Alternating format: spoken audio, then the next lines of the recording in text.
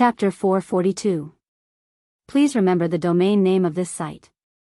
Or search on Baidu, Somnian literature website. The middle-aged man let out a dry howl, which immediately startled Su Chan and the little foxes. The little foxes looked at each other, and Ling Yu couldn't help but shout, Do you know that these tea leaves are of the best quality? Ordinary people can't drink them at all, let alone see our lady boss's good tea skills. The middle-aged man howled, wanting to cry but having no tears. That's too expensive. At first, Su Chan had only wanted to charge him 100 yuan as a token of good luck. However, she had never expected that the man would mistake it for 10,000 yuan. Su Chan quickly waved her hand and explained, No, it's not 10,000 yuan. The middle-aged man trembled all over, his face ashen as he said in a trembling voice, Could it be 100,000 yuan? Ling Yu and the other little foxes didn't know the seriousness of the matter. Seeing that the man was raising the price higher and higher, they were all overjoyed and thought to themselves, The more money he makes, the more we will get.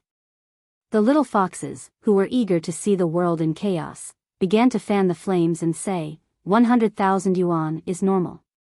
We are the only tea house in the world that can drink such immortal tea. If you're not destined to drink it, you won't be able to. The middle-aged man looked at them with a pale face. He finally understood one thing. It turned out that he had really entered a black shop. He quickly touched his wallet, took out a stack of bills, and said in a trembling voice, All my money is here. Ladies, let me go, will you?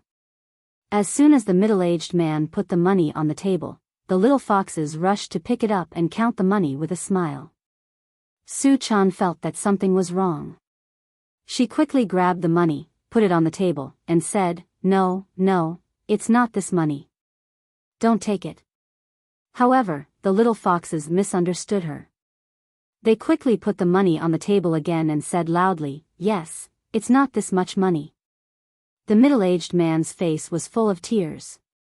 He searched his body again and took out all the money he had on him. He choked with sobs and said, Beauty, this is all I have. I don't have any more. The little foxes stretched their necks and looked at the pile of money on the table. They didn't know how much it was, but the colorful money made their eyes a little confused. Seeing that their attention had been diverted, the middle-aged man quickly turned around and ran downstairs. Seeing this, Su Chan quickly chased after him and shouted, Hey, you don't need so much money. The middle-aged man escaped from the witch's cave with great difficulty. How could he believe it? He didn't even look back and just kept running. Su Chan saw him rushing to the street. She couldn't go to the street to pull him back, so she shouted, You haven't finished your tea yet. The middle-aged man staggered and almost fell. He screamed with grief and indignation, I don't want to drink anymore. I can't afford it. His dry howl immediately attracted the attention of passers-by. Seeing that everyone was pointing at her, Su Chan quickly ran back to the tea house. After returning to the tea house, Su Chan looked at the little foxes who were happily counting money. She felt strange and couldn't help but say, Did we do something wrong? Why do I feel like something is wrong? The little foxes didn't think that they had done anything wrong at all. They smiled and said, Madam, aren't you happy to make money? There are thousands of yuan here. We can close the shop early today. If we can make so much money every day in the future, our lives will be much better. Su Chan shook her head hard and bit her tender red lips with her white teeth. She tilted her head and muttered to herself, No, it seems that I did something wrong again. Su Chan and the little foxes didn't know that they had caused a great disaster for Li Yundong because of this matter. The middle-aged man who had run out of the tea house ran far away before he dared to look back at the black shop with many beautiful women. As soon as he saw it, he felt all kinds of feelings welling up in his heart. He had gone in once, and now he was as poor as a church mouse. He had thrown in all the salary he had just received. Oh my God, even if he went to a casino, he wouldn't spend money like this, would he? Just because he was a beautiful woman, he could do whatever he wanted? The more the middle-aged man thought about it, the angrier he became. He thought to himself, no, I have to expose them. In broad daylight, there was actually such a rip-off in such a way. Thinking of this, the middle-aged man immediately took out his mobile phone and dialed the number of the TV station, quickly telling them what had happened just now. Not long after, the TV station's news interview car roared over, and a young man and a beautiful woman in uniform got out of the car. When the middle-aged man saw them, he immediately went forward to greet them, like a poor farmer who had been bullied and kept complaining, "You're here. You have to uphold justice for me. The salary I just received is gone. How can I explain it to my wife when I go home?" This young man was Han Lin, who had pursued Feng Na before. He carried the camera and asked excitedly and curiously, "Where is the black shop you mentioned? We must resolutely expose this kind of illegal and black-hearted business." As if he had met his savior, the middle-aged man knelt down and worshipped him. He held the young man's hand and said excitedly, "Good, good, I'm relieved to hear your words." Han Lin patted his chest and said with a laugh, "Where is this black-hearted shop? Take us there." The middle-aged man hurriedly led the way. Han Lin turned back and winked at the host. After parking the car, he quickly followed. The more they followed, the more Han Lin felt that something was wrong. He saw that the shop along the way was becoming more and more familiar, and he remembered that the middle-aged man had said that he had been scammed while drinking tea in a tea shop. He couldn't help but stop the middle-aged man and ask, "Hey, where is this tea shop you mentioned? What's its name?" The middle-aged man pointed to the front and said indignantly, "Over there." Han Lin looked over and saw that there was a two-story tea house in the direction the middle-aged man was pointing. The tea house had cornices and arches, and its decoration was classical. There was a glittering golden plaque hanging on the lintel of the shop, on which were written 3 big and elegant characters, "Desanxian." Han Lin suddenly cursed in his heart, "Damn it, how can you provoke this shop? Do you know what kind of people came to the shop when it opened?" Han Lin's face darkened at once. He looked at the middle-aged man suspiciously and thought to himself, "Is this guy trying to harm me?" The middle-aged man didn't notice the change in Han Lin's expression. He pointed at the Desanxian with a bitter face and said, "Reporter, look, this is the shop. It's black-hearted, really black-hearted." Han Lin said with a black face, "Are you sure it's this shop?" The middle-aged man nodded his head vigorously. "Yes, it's this shop. I'm sure." Han Lin snorted, turned around and said to the host, "Let's go back." The beautiful host had also been rebuffed here with Han Lin before. When she saw that the Desanxian's face had also become very ugly, she immediately rolled her eyes at the middle-aged man and snorted. "You're so annoying. Even if it's a prank, it's not a prank like this." The middle-aged man looked at them in confusion. They glared at him, then turned around and left. He was stunned and said, "Hey, what's wrong with you? You're not going to be exposed? What's going on?" Han Lin was also embarrassed to tell him that the Desanxian had a strong background and that he couldn't afford to provoke them. He rolled his eyes at the middle-aged man and said, "You can call the Consumers Association to complain about them. We can't do anything about it." With that, he turned around and got back into the car with the beautiful MC and drove away. The middle-aged man was stunned on the street and couldn't come to his senses for a long time. Why did they just say that they would expose this black shop? Why did they run away in the blink of an eye? How could they turn hostile so quickly? The middle-aged man stood there for a while. The more he thought about it, the more unfair and angry he became. He slapped his thigh and dialed the number of the Consumers Association again. But at the beginning, when he told them about the matter, they were filled with righteous indignation and vowed to expose this black shop and ban it. But when they heard the name and location of the black shop, they immediately turned hostile. Their emotions were like a roller coaster, from the enthusiastic flaming mountain to the frozen snow plateau. The middle-aged man looked at the phone, which was constantly being hung up, and his expression was dull. He finally thought in his heart, could it be that this black shop has a very strong background? As soon as this idea came to mind, the middle-aged man couldn't help but feel sad. It must be like this. Otherwise, how dare they kill customers in broad daylight? Thinking of this, the middle-aged man finally accepted his fate and walked back dejectedly. Fortunately, he still had a few coins on him, so he took the bus all the way home. Back downstairs, the middle-aged man shuddered at the thought of the storm he was about to face with his wife.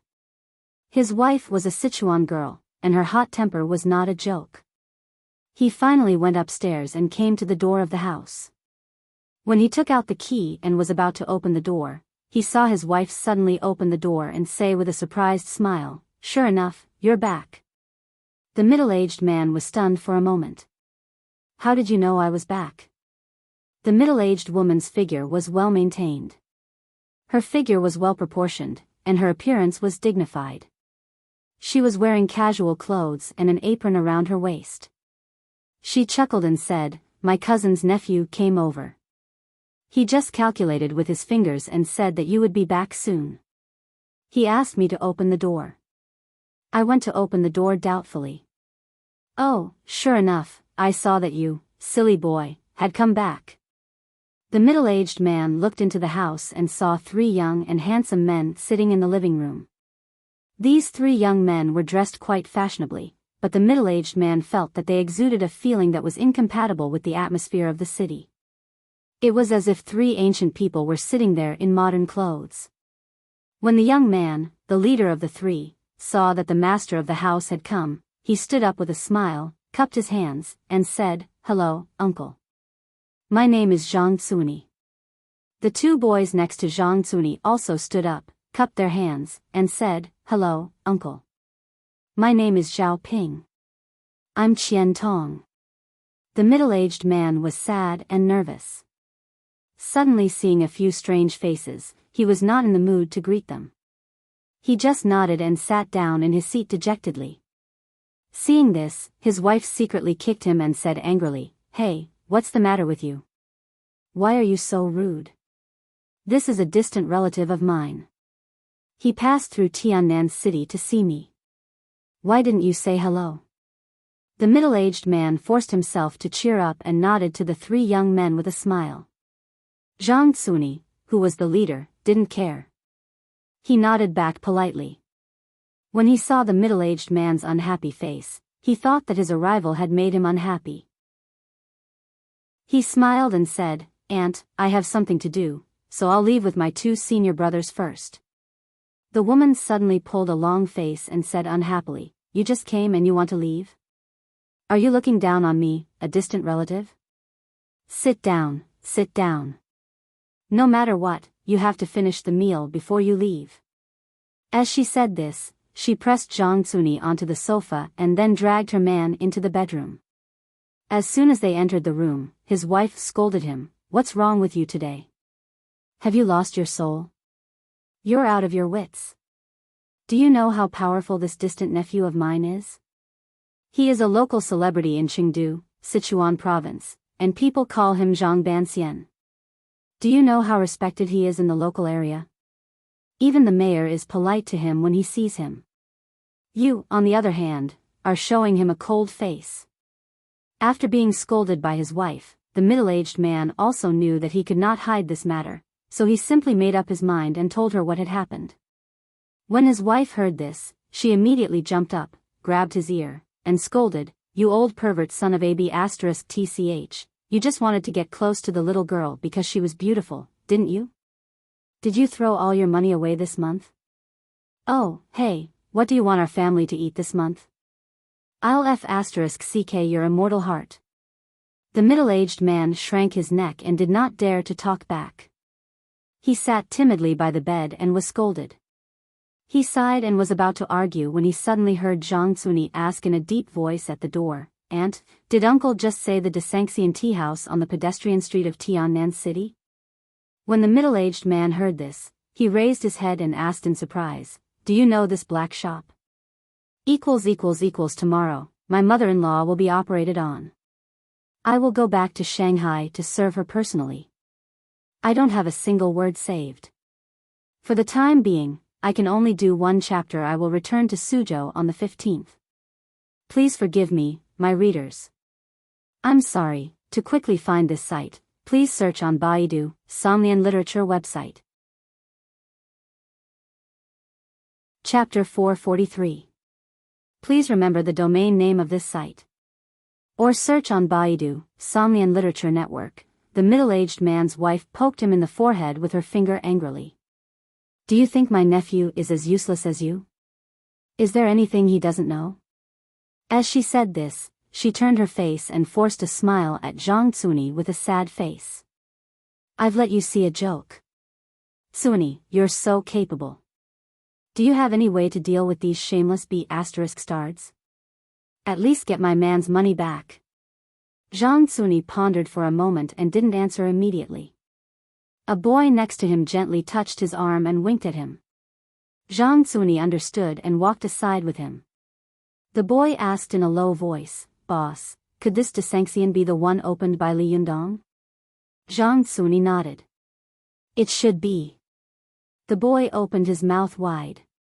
Then this Li Yundong, who opened a tea house and had half of the provincial leaders go to support him, could it be the Li Yundong who fought with you at the Fox Zen School in Mount Tianlong? A cold light flashed in Zhang Tsuni's eyes. He snorted and said, It's probably the same person. Only he has a group of lawless fox spirits under his command. This kind of thing can only be done by a group of fox spirits who bring disaster to the country and the people. Humph, I don't know how Li Yundong is the leader of the sect. How does he control his disciples? He knows that they are fox spirits, but he still releases them to harm the world. A trace of anger flashed across his face, and he said in a deep voice, I've only heard people say that the Fox Zen School harms the world, but I've never seen a real example. I didn't expect to run into them this time. Li Yundong can't control these fox spirits. I'll help him. The boy next to Zhang Tsuni whispered, Boss, are we really going to take care of them? Zhang Tsuni said without hesitation, Yes, of course. Otherwise, why would we learn this cultivation kung fu? The boy said cautiously, But, boss, we are no match for Li Yundong. Last time. A trace of dissatisfaction flashed in Zhang Tsuni's eyes. He snorted and said, I'll go back to my father and ask him to give me the Sanhuang sword. Humph, in the past, he was afraid that I would use this sword to run amok. This time, I will use this sword to slay demons and enforce justice on behalf of heaven. He won't care about me, right? I don't believe that I will lose to Li Yundong with the Sanhuang sword in my hand. The boy was overjoyed. Well, then our Qingqing sect will have a better chance of winning the Taoist assembly this time. At the same time, almost at the same time, Li Yundong, who had already flown to Dongwu City, had no idea that Su Chan and the little foxes had caused a big trouble. He followed the business card that Du Fei had given him and found the location of the Chuanjin Dragon Sex Company, Longmen Building, Dongwu City Park. Li Yundong came to the building and looked up. He saw that the building was about 20 floors high. It had a unique shape and an extraordinary style. The two magnificent characters, Dragon Gate, at the top were particularly eye-catching. Li Yundong sighed in his heart. No wonder it's the second largest Taoist sect. It actually has such a magnificent building in the busy city where every inch of land is worth an inch of gold. Amazing. As soon as he entered the building, Li Yundong saw that the reception hall was magnificently decorated. The giant chandelier above his head was bright and gorgeous, like an upside-down galaxy, dazzling people. Under his feet was a layer of glass panels hanging high, and under the glass panels was full of mist, making people feel like they were stepping on clouds and stepping into a fairyland. Li Yundong clicked his tongue in wonder as he walked inside. After a few steps, he heard a noise near the front desk of the hall. 3 women in gorgeous clothes were surrounding the front desk lady and shouting, You're busy again? Are you kidding me? The last time we came here, you said you wanted to make an appointment. When I asked about the appointment, you told me that it was already next month. Well, then I'll come back next month. Now it's the month after next, right? You actually told me to come back next month. Hey, you can't fool people like this, can you? Where's Du Fei? Ask him to come out. I think he doesn't have the ability and doesn't dare to take our business. The front desk lady was surrounded by these women. There was a trace of disdain in her eyes, but she still wore a polite and respectful smile on her face. She said, Mrs. Li, Mrs. Ma, Mrs. Sun, we didn't mean to fool you, but the appointment is really full. It's already next month. Mr. Du is not free, and we can't do anything about it. Li Yundong looked over and saw that Mrs. Li, who was wearing a mink coat, was obviously the leader. She was about 37 or 38 years old, but because of her good maintenance, she looked like she was 27 or 28 years old. Although her body was tightly wrapped in the mink coat, it could still be seen that she was exquisite. Among the three women, she looked the youngest, had the loudest voice, and was the most willing to go all out. Mrs. Li shouted, I don't care. Let me see the appointments. I don't believe that you can push me to the next month after coming here twice in a row. Are there so many people? The front desk lady smiled and said, I'm sorry, Mrs. Li. We have a rule that we can't disclose Mr. Du's appointment. This is his personal privacy. Mrs. Li was so angry that her voice was so loud that everyone in the hall looked at her. What can't be disclosed? I think you are playing with us. We came all the way from Tiannan City to Dongwu City because of his reputation. Is this how Du Fei treats us? Do you know who I am? The front desk lady smiled reservedly and said, I know. You are the fourth concubine of Shen Wankai, the chairman and president of the Wankai Group. Mrs. Li, am I right? Li Yundong almost burst out laughing when he heard this. It turned out that she was an acquaintance. Shen Wansai's fourth concubine. Mrs. Li? What was going on? Since she was Shen Wansai's wife, why was she Mrs. Li? Li Yundong thought about it for a while, but soon understood. Oh, the fourth concubine has no identity, so she can't call me Mrs. Shen like the first wife, so she can only call me Mrs. Li. Understanding this, Li Yundong smiled and thought to himself, you can't be so sarcastic, can you? This front desk lady has a good mouth. Amazing. The title of a Mrs. Li was obviously the shortcoming of Shen Wansai's fourth concubine. It was fine if someone called her that, but she didn't expect that she would be humiliated by a front desk lady when she was used to domineering at home. Mrs. Li's heart suddenly became angry, and she became bold. She was so angry that her whole body was trembling. She pointed at the front desk lady and said in a trembling voice, You, what did you say? I want to see your boss, Du Fei. I want to complain about you.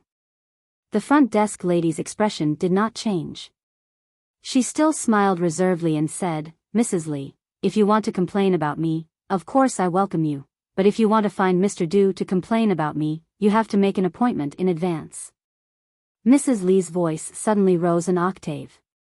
You need to make an appointment to complain? The front desk lady smiled politely and said, Yes, the appointment has already been booked until next month. Li Yundong finally couldn't help but laugh out loud when he heard this. His laughter immediately attracted Mrs. Li and the others to look at him unkindly. Mrs. Li shouted at Li Yundong angrily, What are you laughing at? Who are you?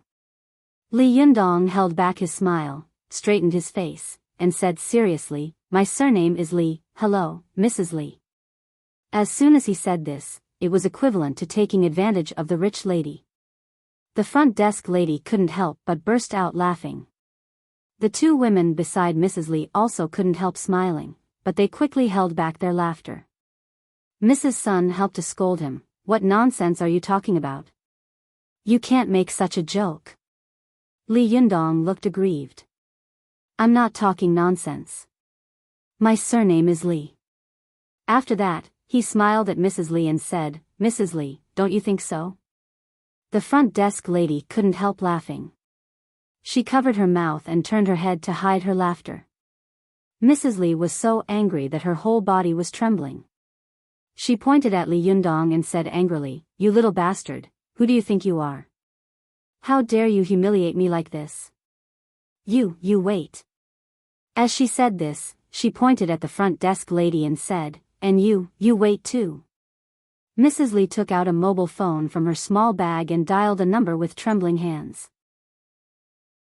As she dialed, she cursed, well, you have guts.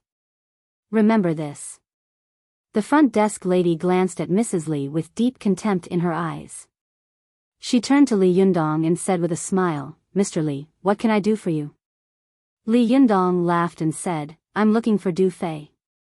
Mrs. Li, who was waiting for the call, suddenly sneered and interrupted, "You need to make an appointment. Even I can't see him, let alone you." The front desk lady ignored her and asked with the same smile, "Is this Du Fei, Mr. Du? Do you have an appointment?" Li Yundong smiled and shook his head. "No." The front desk lady smiled apologetically. "I'm sorry, Mr. Li, I can't let you see Mr. Du without an appointment. Why don't you register and I'll help you make an appointment?" Mrs. Li interrupted abruptly, "It's already the month after next." Li Yundong glanced at her and shook his head with a smile. He said to the front desk lady, "It's so troublesome to see Du Fei. Next time this guy comes to see me, I'll also make an appointment for him and ask him to come again next month." Mrs. Li, who was standing to one side, saw that Li Yundong's tone was very arrogant. It was almost impossible for ordinary people to see Du Fei, but Li Yundong seemed to be talking about meeting a roadside vendor. He was giving Du Fei face. Mrs. Li couldn't help but sneer. "You? Why don't you take a piss and look at yourself? Who are you?" Li Yundong turned his face and said politely with a smile, "I'm Li Yundong, Mrs. Li, nice to meet you." Mrs. Li didn't expect that she would be taken advantage of by this guy again. She was so angry that she rolled her eyes and almost fainted. At this time, the front desk lady suddenly stared at Li Yundong and asked tentatively, "Mr. Li, what did you say your name was?" "Li Yundong." Li Yundong smiled and said, "Well, I'm Li Yundong from the East." The front desk lady suddenly became excited. She walked out from the front desk and magically took out a book and a pen from behind her. She said with a smile, "Are you the famous Shinren Li? Oh, I've heard a lot about you. I was wondering why you looked so familiar just now. I admire you so much. Hurry up and give me an autograph, will you?" Li Yundong was stunned.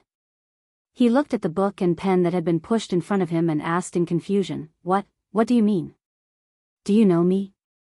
The front desk lady winked at Li Yundong and said in a low voice, "Our eldest Shixiang Du Fei has told us about you. He admires you very much. Moreover, you became famous in the Battle of Mount Tianlong. You even stopped the heroes on Mount Gazao. Oh, we all look forward to hearing about these things. Oh, no matter what, you have to give me an autograph. You are the most famous person in our younger generation now." Only then did Li Yundong understand. It turned out that this professional and beautiful front desk lady was actually a cultivator. But did cultivators also chase stars? To quickly find this site, please search on Baidu, Somnian Literature website. Chapter 444. Please remember the domain name of this site. Or search on Baidu, Somnian Literature website. Li Yundong hadn't expected that the beautiful receptionist in front of him was actually a cultivator. What was even more ridiculous was that she was his fan. Li Yundong couldn't help laughing and said, "Why do cultivators also chase stars?" The receptionist quickly glanced at Mrs. Li beside her. She pursed her lips into a smile, lowered her voice slightly, and said with a smile, "What's wrong with cultivators? Aren't cultivators human? Cultivators also have the right to like and pursue whatever they want. It's just that the things that cultivators pay attention to and like are different from ordinary people." Li Yundong smiled and said, "What's the difference?" The receptionist smiled and said, "Ordinary people chase after stars, but they are nothing more than singers, movie stars, and international celebrities. In the eyes of cultivators like us, these things are just fleeting clouds, so we don't care about them. What we care about is which sect has produced which young and handsome great expert, and which beautiful and powerful great beauty. The more the receptionist spoke, the more excited she became, and her eyes lit up. At first, I admired our eldest Shixiang the most. Although his cultivation was not very powerful, his ability to make money was first class. Half of the income of our sect was earned by him. In the cultivation world, those who were more powerful than him could not make money as much as he could, and those who could make money more than him were not as powerful as him. He, don't you think our eldest Shixiang is amazing? Li Yundong nodded with a smile. Jinren Du is indeed extraordinary. The receptionist smiled again and said, but later, Sichuan Qingqing sent a genius, Zhang Cuni, who was rarely seen in 100 years. This guy could use the Sanhuang sword at the age of 13. Don't you think he's amazing? Wow, and I heard that this guy is quite handsome. So, I began to admire the young master of the Qingqing sect again. Li Yundong's smile became a little strange. You changed so fast. The receptionist waved her hand and said with a smile, not yet. I haven't worshipped him for 2 years. Zhang Tianshi appeared in the Jingyi school, so I began to worship Zhang Tianhe. Soon, Fairy Zi Yuan of the Linggong sect appeared after Zhang Tianhe. Oh, this Fairy Zi Yuan is really amazing. She has almost broken the cultivation records of all the female cultivators in the cultivation world, and she is also extremely beautiful. She is a stunning beauty in the world. As she spoke, the receptionist held her hands in front of her chest, as if she was holding her heart, and her eyes were full of infatuation. Oh, if only she could be half as powerful and half as beautiful as Fairy Zi Yuan. When Li Yundong heard someone praise Fairy Zi Yuan, he was also very happy, even happier than when someone praised him. He laughed and said, Fairy Zi Yuan is indeed like a fairy descending to the world. Her beauty is ethereal, and it's difficult for mortals to compare with her. As soon as he finished speaking, he heard the receptionist look at Li Yundong with infatuated eyes and say, however, before I had time to admire Jinren Zi Yuan, you appeared out of nowhere. Not only did you defeat Jinren Yuyang in the Battle of Mount Tianlong, but you also defeated Jinren Zi Yuan in public. Wow, this is really big news that has never been heard of in the cultivation world in the past 20 years. And after that, you even defeated the Lady of the Earthly Fire, Zhang Ling. Oh my god, Zhang Ling is also here. She is the sister of Zhang Tianshi of the Jingyi school. She is a great cultivator, but she was also defeated by you. You have made the younger generation of cultivators proud. The receptionist spoke quickly, completely forgetting her identity and the rich ladies next to her. At first, Mrs. Li and the others were still listening to her, but after listening for a while, although they could understand every word the receptionist said, they were a little confused. However, what they knew was that this boy seemed to have a great background. Even more powerful than Du Fei. At first, Li Yundong could still listen to the receptionist with a smile, but after listening for a while, he suddenly couldn't help but smile bitterly. The receptionist blinked her eyes, looked at him curiously, and asked in confusion, "What's wrong? Am I wrong?" Li Yundong smiled bitterly and said, "No, I just think that the time of each idol you worship is very short. It can be seen that there are really talented people in the cultivation world, and they have only been leading for a few years. As your current idol, I feel a lot of pressure." The receptionist giggled, and her voice spread out like a silver bell. "You are so interesting." At this time, the sound of the elevator came from the hall, and a loud voice came out. "Shiji Wei Qing, what are you laughing at? Why are you laughing so happily?" As soon as this person's voice rang out, the whole hall was buzzing, as if this person had just spoken through a loudspeaker at a high decibel. It was so loud that everyone in the hall subconsciously covered their ears. When Li Yundong heard this voice, he suddenly felt a chill and thought to himself, this person has such a strong aura. Li Yundong looked in the direction of the voice and saw a man walking out of the elevator. He was dressed in a black tang suit and a pair of white cloth shoes. He was unexpectedly short, only about 1.6 meters tall. He had a crew cut, a capable face, and a pair of bright eyes. His 2 eyeballs were like burning fireballs, exuding a piercing gaze. No matter who he looked at, everyone would unconsciously avoid his eyes. Li Yundong looked in the direction of the voice and saw a man walking out of the elevator. As soon as Wei Qing saw him, she greeted him with a smile and said, "Yu Sheng, Shitty, you came at the right time. Do you know who this person is?" Yu Sheng's Shitty narrowed his eyes slightly, and the light in his eyes shot toward Li Yundong like a knife. Li Yundong only felt that this person's eyes suddenly lit up, as if 2 knives had really shot out of his eyes and stabbed into his own. His eyeballs actually hurt a little. This shock was no small matter. Li Yundong knew that it was very common for ordinary cultivators to have sharp eyes, because the eyes belonged to the liver, which was responsible for storing blood. If a person's eyes were sharp, it meant that this person's liver blood was extremely strong. The liver and kidney were the exterior and interior of each other. If the liver blood was strong, the function of this person's kidney must be strong, and the kidney essence would be full. Cultivators cultivated essence, qi, and blood, so it was natural for cultivators to have more essence, qi, and blood than ordinary people, so it was normal for their eyes to be sharper and brighter than ordinary people. Moreover, the eyes were the window to the soul. If a person was brave, his eyes would be fierce. If a person was weak, his eyes would be timid. Li Yundong was a person who was soft on the outside but hard on the inside. Usually, his eyes were gentle and approachable, but if he was angry and used his full strength to glare, even the most vicious gangsters would be deterred by his eyes and not dare to move.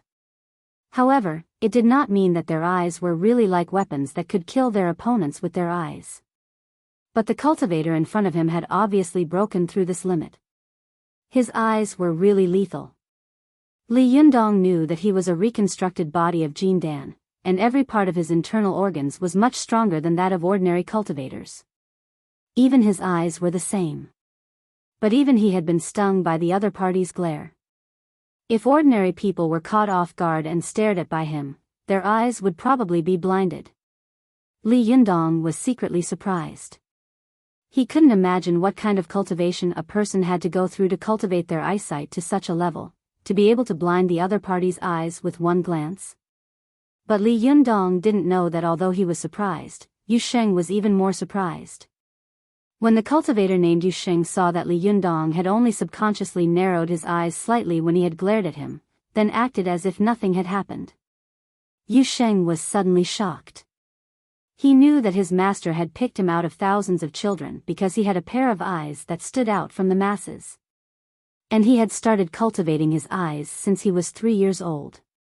Every morning and evening, he would apply the secret potion of the Dragon Gate sect, and every day at noon, when the sun was the strongest, he would look up at the sun to train his eyesight. At first, it was only a few seconds, but as time went by and his cultivation increased, he could now look directly at the sun for up to 4 hours when the sun was the most dazzling, and he was fine.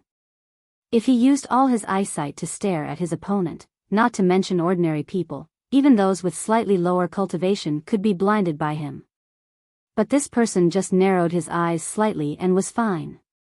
This meant that this person's cultivation was definitely not lower than his. Yu Sheng knew that he had met a real master. He immediately looked at Li Yundong with a stern face.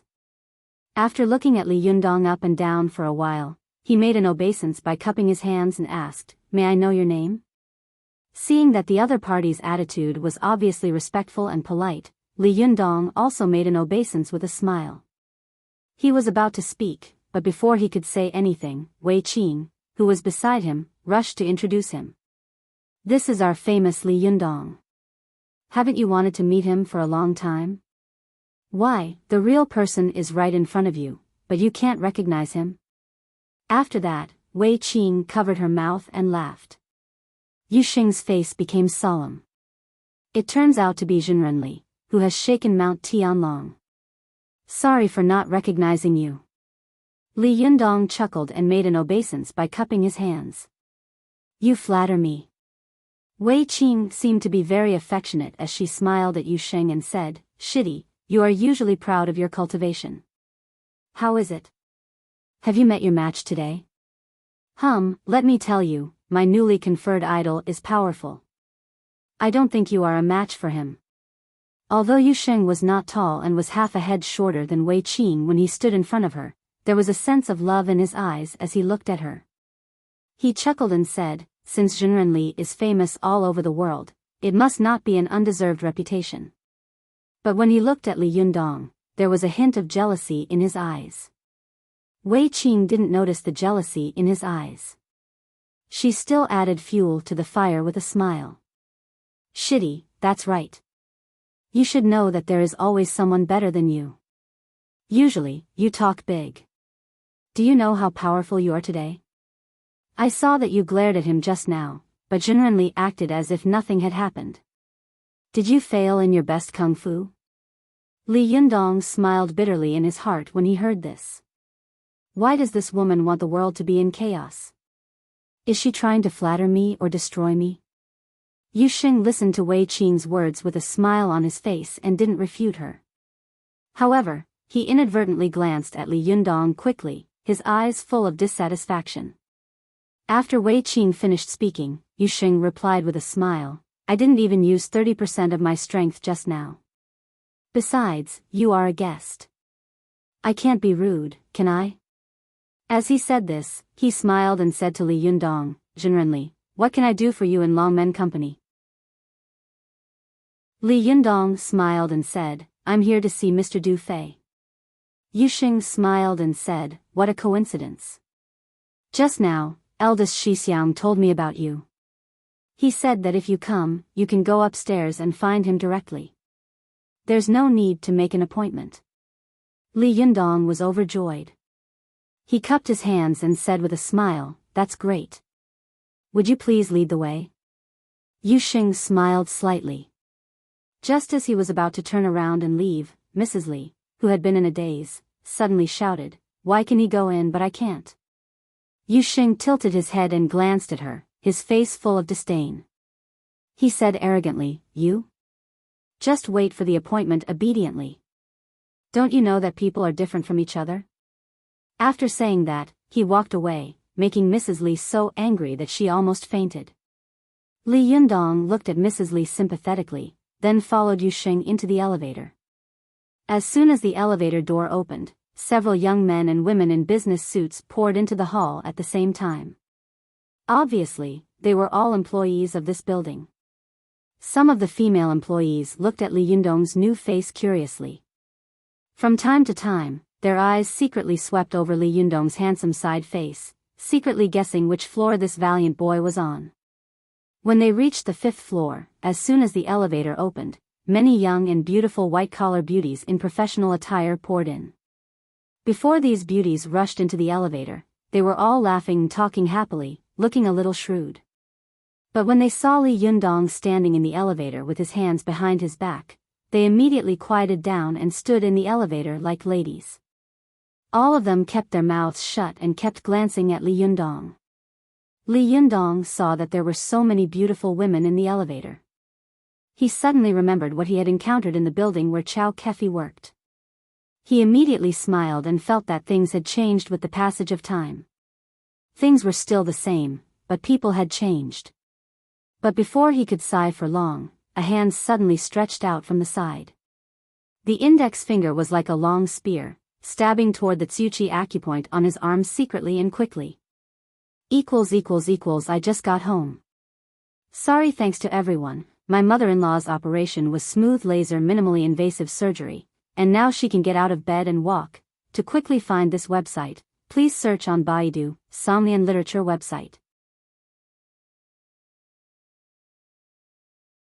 Chapter 445. Please remember the domain name of this site. Or search on Baidu, Somnian Literature website. The Tsuchi acupoint on a person's arm was not an important acupoint, but it was located on the Yangming large intestine meridian of the hand and could provide the arm with yang qi. If this place was hit, although it would not be life-threatening, at least the arm would not be able to be used in a short period of time. At least it would be paralyzed for a long time, unable to use any strength. It was precisely because the other party had hit the Tsuchi acupoint and not some other vital acupoint that Li Yundong knew that Yu Sheng was jealous and unconvinced, so he had secretly invited him to fight. Obviously, Yu Sheng did not want the two of them to fight to the death, nor did he want the other people in the elevator to find out. Therefore, when he poked at Li Yundong with his finger, his body was slightly sideways to cover his movement. Seeing the other party poke at him with a finger, Li Yundong also leaned to one side, and then half of his body blocked the eyes of the other people in the elevator. His fingers were like hooks, quickly grabbing Yu Sheng's finger. Li Yundong happened to borrow the move of Shurning that he had competed with before. His little and ring fingers were buckled inward, his index and middle fingers were slightly bent, and the strength of his thumb penetrated through the fingertips. The whole hand's shape was like an eagle's claw. The other party wanted to hit his Tsuchi acupoint, so Li Yundong dodged it with a sideways movement. Then he used his other hand to use his thumb, index finger, and middle finger to buckle the 3 acupoints near the other party's wrist, Yangqi, Yanggu, and Yangshi. Yu Sheng was also a cultivator. Of course, he knew what it meant if these 3 acupoints were buckled. Without waiting for his fingers to poke, he immediately turned his wrist and grabbed Li Yundong's fingers with his 5 fingers, as if he was holding a tower. Li Yundong saw that the other party did not dodge and forcibly hit his fingers. Obviously, the kung fu of his hands must be very deep, and he was very confident in the strength of his fingers. Li Yundong's heart slightly sunk, and he thought to himself, I have never lost in terms of finger strength.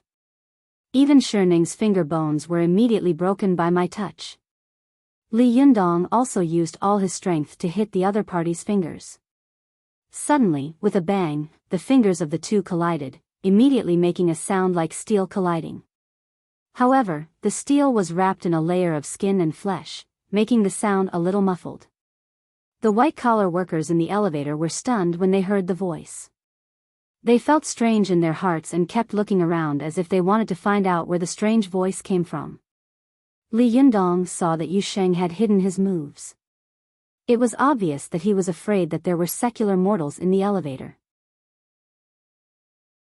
He also relied on his own skills and courage to fight with him in front of secular mortals. Obviously, he was not afraid that his means would be discovered by the people around him. Therefore, Li Yundong did not fight back with great fanfare. When his fingers collided with Yu Sheng's, he saw that the other party did not show any signs of injury. Instead, his own fingers felt a faint pain. Li Yundong's heart trembled. He knew that he had met a strong opponent. If he continued to fight recklessly, he was afraid that a private fight would turn into a big fight, which would be noticed by the people around him. Therefore, he immediately grabbed the opponent's wrist with his fingers like a long snake, trying to subdue the opponent by capturing him. Li Yundong was surprised, but Yu Sheng was even more shocked. He was a disciple of a famous and orthodox sect, and he was also an inner disciple. He had been soaking in medicinal water and eating elixirs since he was a child. His body was so strong that it was no less than the body of Jindan reconstruction. He originally thought that even if Li Yundong could survive this, his reaction would be a little slower. However, he didn't expect that not only did Li Yundong's speed not slow down, but the speed of his counterattack was a little faster than before. However, he felt a sharp pain in his fingers, and his reaction was a little slower than before. His wrist was immediately touched by Li Yundong. Yu Sheng's hair suddenly stood on end. After all, he was one of the best among the younger generation of the Chuanjin Dragon sect. His reaction speed was incredible. Seeing that his 3 acupoints, Yangqi, Yanggu, and Yangshi were about to be grabbed, he barely twisted his arm and missed 2 acupoints. Then, he turned his wrist and put his fingers on the Yangshi acupoint on Li Yundong's arm. The fight between the two of them was as fast as lightning. The white-collared beauties in the elevator only heard the muffled sound of fingers colliding. The two of them had already intertwined their hands, pinched each other's acupuncture points, and were entangled together. After the white-collar workers in the elevator looked around, their eyes fell on Li Yundong and Yu Sheng at the same time. At this time, half of their bodies were facing the people in the elevator. One of their hands was hanging by their side, and the other was blocked by their body. No one knew what they were doing. However, judging from their posture and the position of their hands, the white-collar workers felt that the two of them were shaking hands. In particular, the two of them were looking at each other with narrowed eyes. Their eyes did not blink at all, like two stone statues. Some white-collar workers with flexible minds thought to themselves, what is the relationship between these two people? Is it necessary to be so intimate in the elevator? There were also some white-collar workers with more old-fashioned ideas who thought very evilly, these two people are so intimate. Could it be that they are gay? Oh my God, it can't be. Such a handsome guy is actually gay? Isn't it a waste of God's gifts? As soon as these various thoughts came to mind, Li Yundong and Yuxing mobilized their Jinqi at the same time to attack each other fiercely.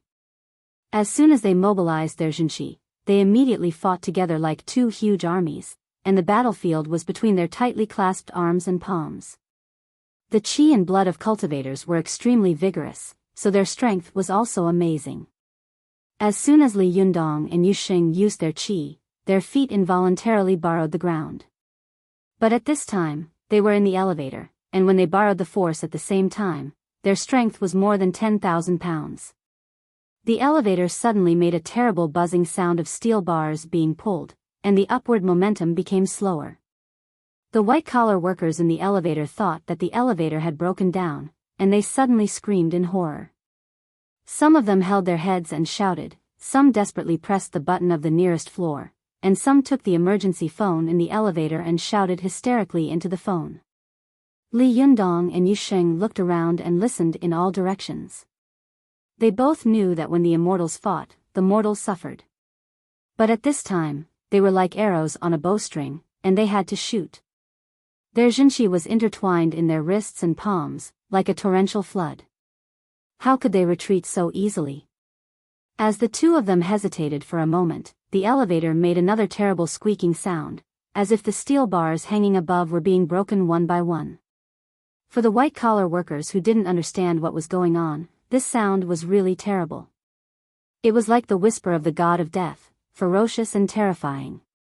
They were all so scared that they almost went crazy. Some were crying, some were shouting, and some were even sitting on the floor of the elevator, crying loudly. Li Yundong knew that if he continued to compete with Yuxing like this, the elevator would definitely not be able to withstand the force and fall down. They would not be injured, but the others in the elevator would definitely be smashed into meat paste. While Li Yundong was controlling his qi, he lowered his voice and said, "Let's stop." Yuxing quickly glanced to the side and nodded slightly. The two of them withdrew some of their strength at the same time. In this way, they withdrew a little bit of their Jinqi. Soon, their Jinqi was completely absorbed. After withdrawing their Jinqi, the two of them were just about to breathe a sigh of relief when suddenly there was a bang sound on the top of the elevator. The elevator suddenly fell down crazily. For a moment, the other people in the elevator screamed at the top of their lungs. Their voices were so shrill that even the steel and concrete walls couldn't stop them. Li Yundong was shocked. He immediately released his yang spirit, and then changed from yang spirit to yin spirit. After getting out of the elevator, he immediately changed back to yang spirit. His hands suddenly grabbed the steel cable of the elevator that was falling crazily. But as soon as he grabbed the steel cable, his yang spirit body was brought down by the powerful falling force of the elevator, and he staggered. Although Li Yundong's yang spirit body was powerful, he had no place to borrow strength in midair. For a moment, his yang spirit was dragged down. He saw the elevator falling all the way, creating countless sparks from the friction. It wouldn't be long before it fell to the bottom, and the others in the elevator would be smashed into meat paste. Li Yundong's heart tightened. He gritted his teeth and was about to urge his Jinqi to make the yang spirit bigger when he suddenly saw a flash of golden light. With a clang, a golden halberd pierced through the middle of the broken steel cable of the elevator, and the tip of the spear went straight through the opposite wall. The falling elevator was blocked by the force of the halberd, and its momentum suddenly stopped. With a buzz, it stopped in midair. Li Yunyang turned his head and saw a man in golden armor floating in the air not far away from him, holding a golden spear in his hand. The man was as tall as an iron tower, and he was extraordinarily handsome. There was a heavenly eye between his eyebrows, which was awe-inspiring. Li Yundong was stunned and thought to himself, damn, Yu Xing's true god can't be Erlangshen, right? While he was in a daze, the heavy momentum of the elevator pulled the halberd downwards. The tip of the halberd cut through the hard concrete wall and slid downwards. Li Yundong didn't think too much about it. He suddenly activated his Jinqi, and the yang spirit transformed into the immovable wisdom king with 3 heads and 6 arms. His body was huge, and he almost occupied all the positions in the elevator tunnel by himself. 2 of his arms were holding the steel rope of the elevator, and the other 4 were holding the 4 sides of the elevator tunnel. The 6 arms suddenly exerted force, and the muscles of the yang spirit body bulged like a dragon taking root in a tree. Li Yundong's yang spirit also spewed out 2 streams of red and black qi at the same time, and his appearance was extremely terrifying. With this force, Li Yundong finally stopped the momentum of the elevator. At this time, the falling elevator finally stopped. The white-collar workers in the elevator were still in shock, crying and laughing at the same time. They had no idea that they had almost become the victims of the battle between Li Yundong and Yu Xing. At this time, Li Yundong glanced at Yu Xing's yang spirit, still in a state of shock. He saw that Yu Xing was looking at his yang spirit with a face full of doubt and eagerness to try. In particular, the heavenly eye between his eyebrows suddenly opened wide, spewing out a fanatical and excited desire to fight. The air around him seemed to have become hot. Li Yundong suddenly cursed in his heart, damn it, this bastard, he still wants to fight? Does he really want to die? There was one more chapter in the evening. To quickly find this website, please search on Baidu, Somnian Literature website.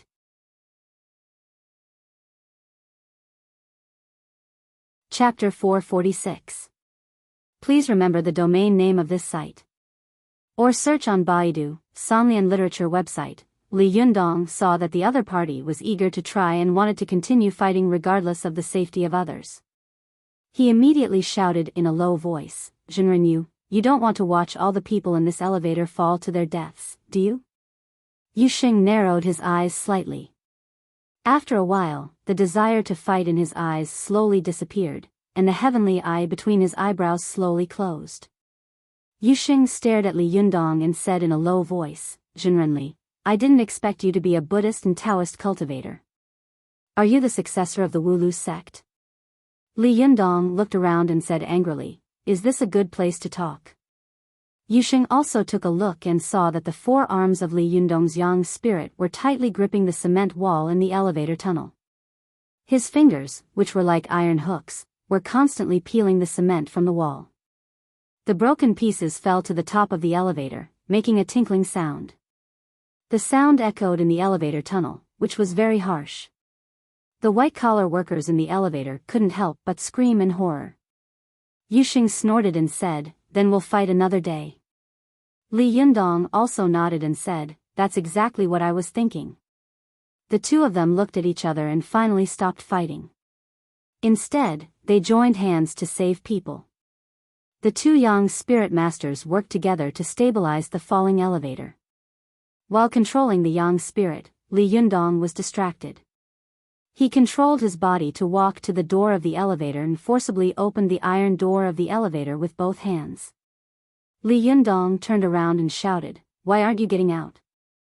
At this time, more than half of the elevator had stopped on the 9th floor. Outside the elevator, there were 2 white-collar workers waiting for the elevator, talking and laughing. The 2 of them saw the elevator door open and were about to enter when they suddenly saw that they could only see half of the elevator. Then, from this half of the elevator, people could be seen desperately climbing out. The people inside were like ghosts released from hell, crying non-stop for help. Some people collapsed on the ground as soon as they got out of the elevator. Their eyes were streaming with tears, and they were still in a state of shock. The 2 of them were stunned. They had no idea what was going on. They just subconsciously pulled the white-collar workers who were climbing out of the elevator. Some of the white-collar workers in the elevator were strong-willed. After they escaped from the elevator, they remembered that there were still 2 people in the elevator who had not come out. They turned their heads and saw that Li Yundong was pushing people out one by one, as if he had not thought about how they would escape by themselves. All of them secretly admired this calm and composed man. He was actually willing to sacrifice himself to save others. When Li Yundong pushed out the last white-collar worker, the people outside the elevator all reached out to Li Yundong and Yu Sheng and shouted anxiously, "Hurry up and get out. We'll help you." When Li Yundong saw their panicked and worried expressions, he felt a little sorry for them. He smiled slightly and then looked back at Yu Sheng. When their eyes met, they seemed to understand each other's thoughts. What kind of joke is this? Let cultivators like us crawl out of such a dog hole? If other cultivators were to find out, wouldn't they laugh their heads off? Li Yundong and Yu Sheng nodded at the same time and withdrew the yang spirit that was pulling the elevator at the same time. As soon as the elevator lost its support, it suddenly fell down like a meteorite with a bang.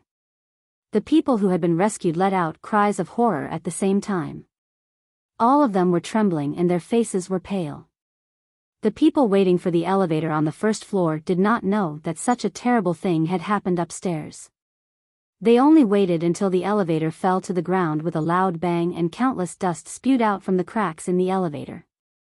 They were shocked and looked at the elevator that had fallen with a huge change of expression. For a moment, everyone in the hall gathered together and whispered to each other in horror, "What's going on? It seems that the elevator fell down. It's so scary. I wonder if there's anyone in there." "Yes. I saw someone go in just now." "Oh my God, call the police, call 120, and call an ambulance." While they were in a mess, the door outside the elevator was suddenly pushed open with a crash, and 2 men walked out of the smoke.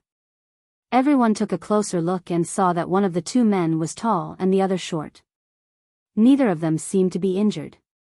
They looked calm and composed, as if they had not just walked out of the elevator that had fallen, but out of a luxury car to attend a banquet. At this time, Wei Qing, who was on duty at the front desk, also rushed over. She looked at Li Yundong and Yu Sheng in surprise and said, "Zhenrenli, shitty, what happened to you?" Li Yundong brushed the dust off his body, glanced at the people around him, and smiled at Wei Qing. "The elevator is broken." The people around were all listening to them.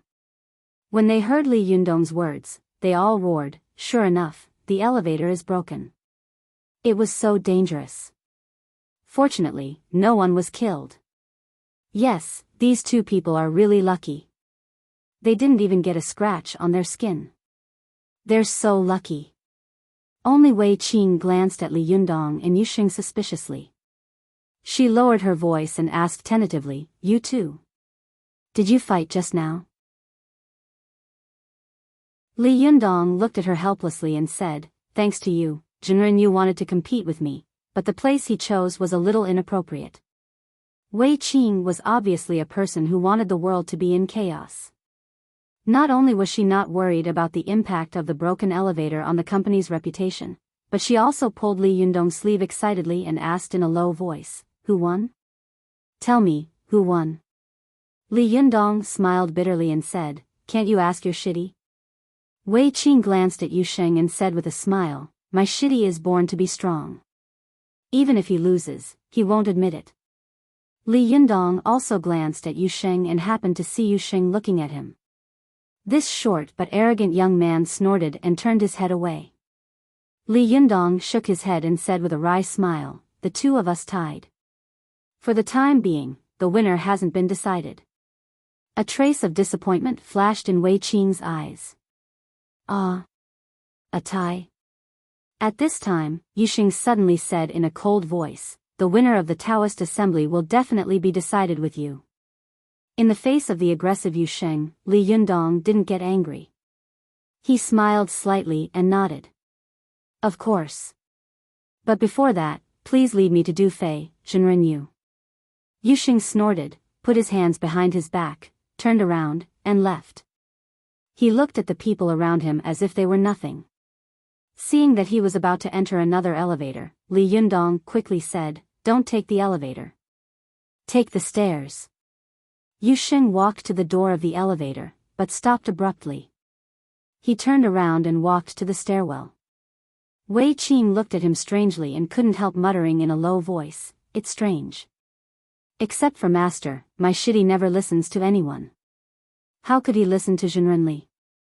It seems that Li Yundong shocked him greatly in the fight just now.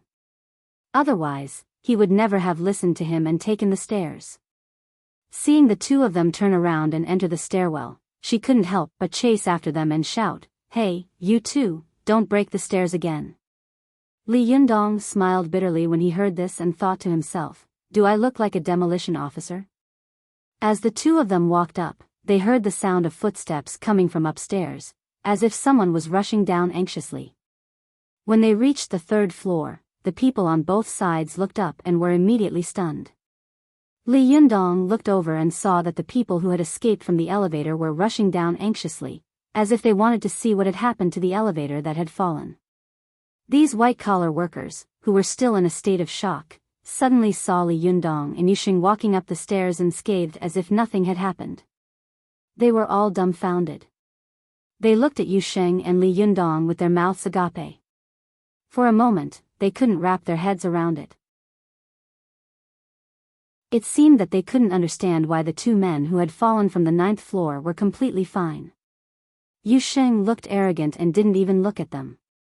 He still walked up with his hands behind his back. When he passed by them, it was as if he only regarded them as a group of wooden blocks. However, Li Yundong nodded at them with a smile and asked in a gentle voice, "Are you all right?" These white-collar workers, who were usually powerful in the workplace, looked at Li Yundong in a daze and shook their heads mechanically, like clay puppets. Li Yundong smiled and said, "Climb more stairs in the future. It's safe and you can also exercise." The white-collar workers nodded in unison, then watched as Li Yundong continued to climb up the stairs at a leisurely pace with a smile on his face. When Li Yundong was far away, they seemed to have come back to their senses. They all let out a long breath and leaned against the wall softly, but their heads were all raised. Their eyes were fixed on the figure that was climbing higher and higher, and their eyes were fixed on the figure that was climbing higher and higher. After a long time, one of them let out a long sigh. "Sigh, I've seen countless men, but I've never seen a man like him." As soon as she finished speaking, someone else also sighed like a love-struck fool. "Yes, he's so handsome. I don't know if he has a girlfriend." The others immediately sneered and said, "Don't be silly. How could such a handsome, gentle, and brave man not have a girlfriend? Are all the women in the world blind?" After saying that, the white-collar workers sighed in unison. They were all distressed and began to feel sorry for themselves. But none of them knew that this disaster, which had almost killed them, was one of the initiators of it. Li Yundong followed Yu Xing all the way to the 19th floor. Yu Xing pointed to a room at the top of the corridor and said in a deep voice, "Eldest Shixiang is in that office. Go and find him yourself." After that, he turned around and left. When he reached the stairwell, he stopped again, turned his face to Zhenrenli, and said in a deep voice, "Zhenrenli, see you at the Taoist assembly." Li Yundong smiled and cupped his hands at him. Then he watched his figure disappear and shook his head helplessly. "Now I'm really a tall tree that attracts the wind. Wherever I go, there are people who want to defeat me." Li Yundong quickly put these trivial thoughts behind him. He knocked on Du Fei's door and heard a familiar voice coming from inside. It was Du Fei. "Please come in." Li Yundong pushed the door open and went in. He said with a wry smile, "Zhenren Du, it's really hard to see you." Du Fei was busy lying on the table. When he heard Li Yundong's voice, he suddenly raised his head and asked in surprise, "Zhenrenli? Why are you here?" Li Yundong laughed and said, "Why can't I be here?" "Oh, Mr. Du, it's really easy to see Hades, but difficult to deal with." Du Fei was dressed in a famous brand suit and looked like a successful businessman. He didn't look like a cultivator at all.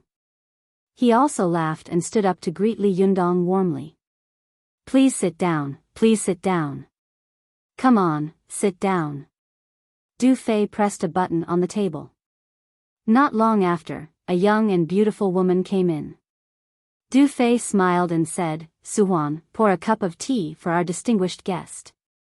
This woman had obviously never seen Du Fei greet someone so warmly and politely, and this person was so young. She looked at Li Yundong curiously, then responded softly and left. After watching her go out, Li Yundong waved his hand with a smile and said, Mr. Du, you don't have to be so polite. I have something urgent to do later, so I have to rush to another place. This time, I didn't come to the temple for no reason. I have something to ask of you. Du Fei chuckled, and the smile on his face didn't change. He said with a smile, What's the matter, Jinren Li? If I can do it, I will definitely help you. Li Yundong smiled and said, Well, then I'll get straight to the point. I want to exchange the burning thumb pot with you. When Du Fei heard this, he was stunned. The smile on his face disappeared little by little, and his brows furrowed little by little. Li Yundong's heart skipped a beat, and he asked tentatively, What's wrong, Jinren Du? Is there anything wrong? Du Fei sighed and smiled bitterly. Jinren Li, this burning thumb pot was borrowed by someone a day ago. Sigh, my fellow readers are urging me to write, and I'm also worried. But there are so many things to do. Today, my mother-in-law went out to buy tomatoes the day after her surgery. My leader and I were scared out of our wits. Sigh, although the wound of minimally invasive surgery is small, you can't go through so much trouble. How is it? You fell down again, right? Well, I have to go back to Shanghai on Saturday. What a tragedy. I don't dare to say more, but I'll try my best to make 2 chapters a day. Alas. To quickly find this site, please search on Baidu, Somnian Literature website.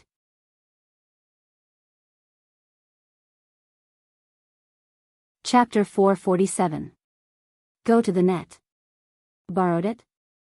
Li Yundong was shocked and quickly asked, Who borrowed it? How could such an important magical item be borrowed? Seeing Li Yundong's anxious expression, Du Fei tried to persuade him with a wry smile. Jinren Li, don't worry. Listen to me slowly. Go to the internet. Li Yundong calmed down and was secretly surprised. He thought to himself, how could it be so coincidental? I was just about to catch Yan Fang's yang spirit when the burning thumb pot was borrowed, and it was only a day ago? Could it be that Yan Fang borrowed it? If that's the case, then it's terrible. Li Yundong quickly asked, Did Yan Fang borrow it? Du Fei was stunned. Yan Fang? Of course not. It was Master Purin of Shiyuan Temple who borrowed it. Li Yundong was a little relieved. He asked curiously, Why would Master Purin borrow the burning thumb pot from you? Du Fei sighed slightly and said, Jinren Li, sit down first and listen to me slowly. While he was talking, the young and beautiful secretary pushed the door open and walked in, holding a plate with a cup of tea on it. Du Fei smiled and said, Jinren Li, you own a tea house, so I won't show off in front of you. This is Longjing tea before Yuqin. Try it and see if it's authentic. Li Yundong knew that the burning thumb pot had not fallen into Yan Fang's hands, so he calmed down. He took the teacup with both hands and smiled politely at the beautiful secretary. Then he took a sip of the tea, nodded slightly, and praised, Good, the tea is clear and fragrant. Good tea. Du Fei chuckled and nodded to the secretary, who was standing aside and waiting for orders. There's nothing for you to do here. You can leave first. The secretary looked at Li Yundong curiously one last time, then left with the tea tray. After the door closed, Du Fei sat opposite Li Yundong. He patted his thigh and sighed slightly. This matter has to be told from the past. As you know, Fahai's burning thumb pot fell into my hands by chance. At that time, many Buddhist cultivators wanted to exchange it with me, but I didn't agree to it. However, I'm a Taoist, so I can't use Buddhist artifacts. Therefore, holding this burning thumb pot feels like a waste of God's gift. A few days ago, I found out that you, Jinrenli, had obtained the Renyuan Jin Dan, so I had the idea of exchanging 3 things for 2 things from you.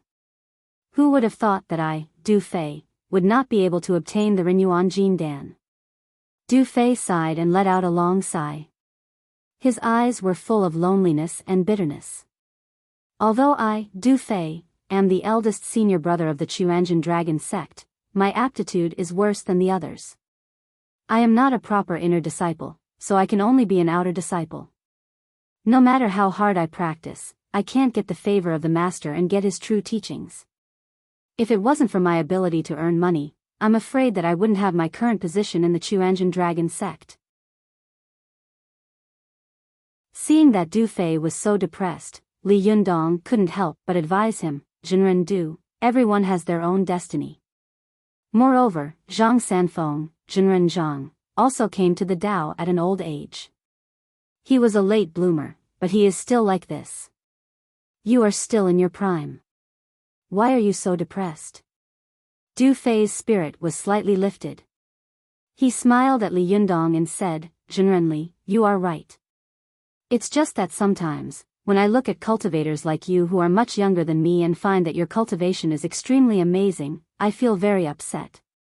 Especially when I know that you, Jinrenli, have cultivated to the Yangshan phase in about half a year.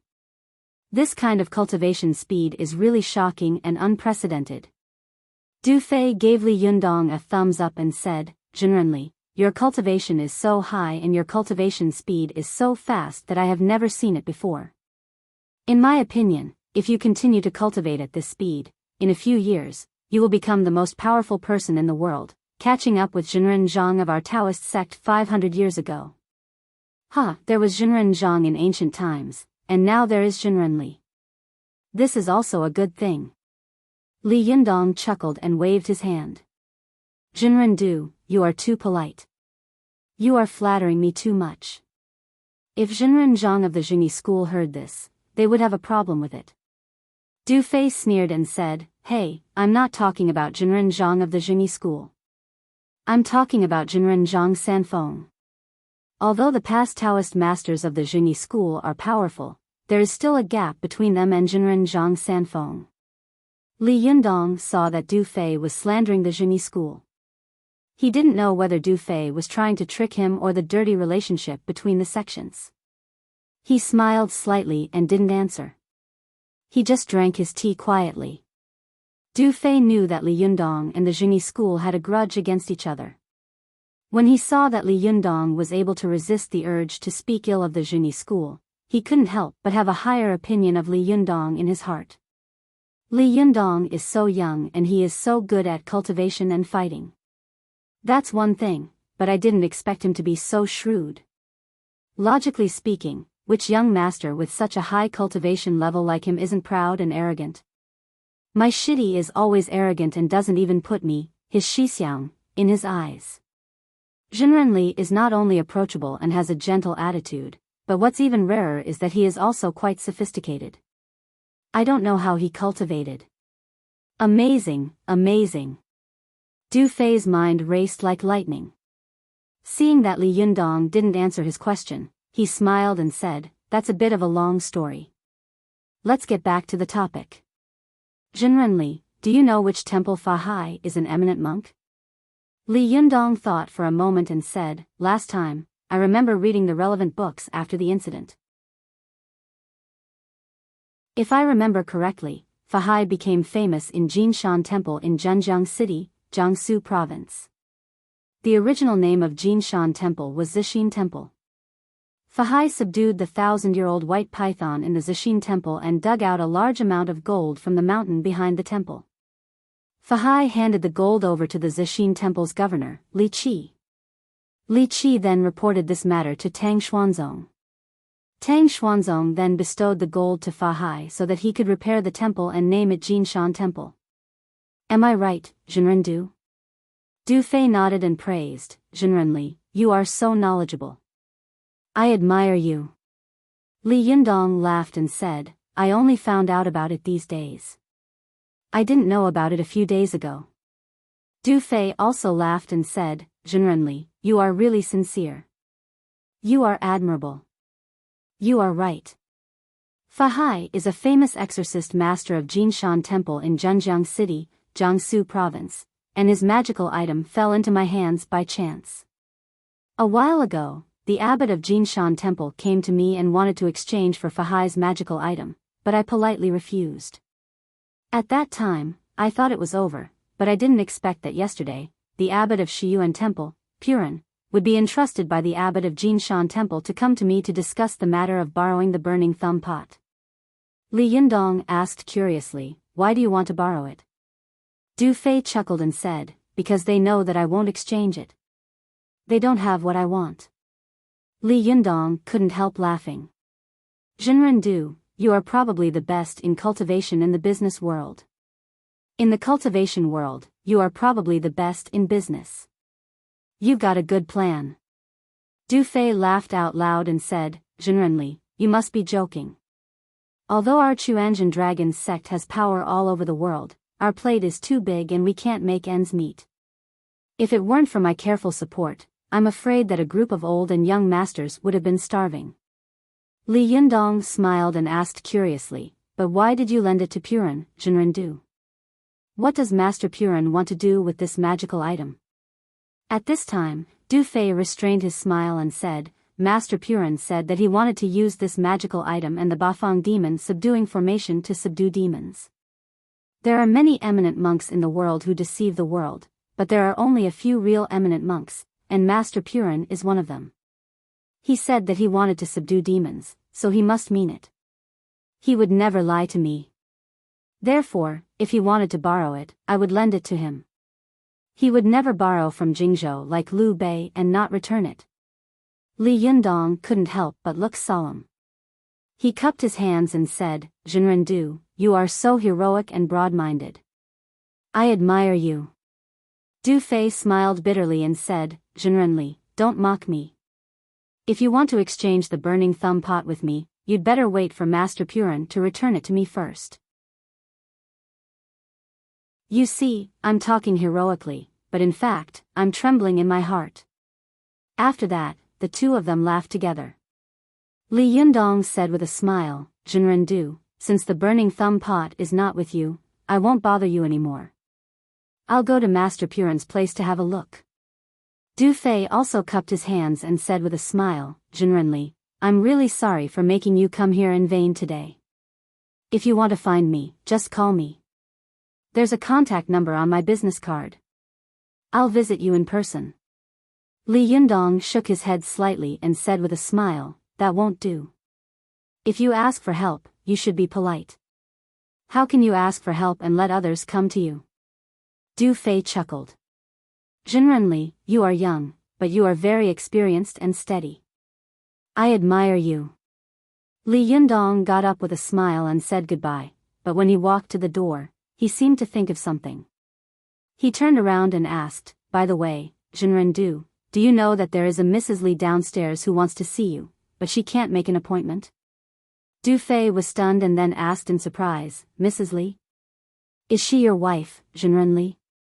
"Oh, how could there be such a rude thing? What is Wei Qing doing? She even stopped your wife from seeing her, Zhenrenli?" "She? That's not right. Zhenrenli, when did you get married?" At first, Li Yundong could still hold back his laughter, but later, he couldn't help laughing. He waved his hand and said with a smile, "Zhenren Du, don't joke. Mrs. Li is not my wife.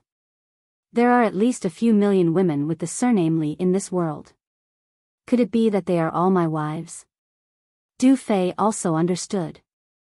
He laughed, walked to the table, and pressed the phone button. He picked up the phone and asked Wei Qing, who was at the front desk, about this matter. After he put down the phone, Du Fei said with a smile, "I see. She is Shen Wancai's second wife. When she was giving birth to a child, Shen Wancai came to me for fortune-telling. At that time, I was still young. I gave him a random divination and said that he would have a son, but this son would not be able to inherit his property in the future, so I asked him to go back. After that, Shen Wankai did not believe my words. For a long time, he was angry and did not contact me, but I don't know why his second wife came to me again. As he said this, Du Fei snorted with an arrogant expression. When he didn't believe me, he abandoned me like a worn-out clog.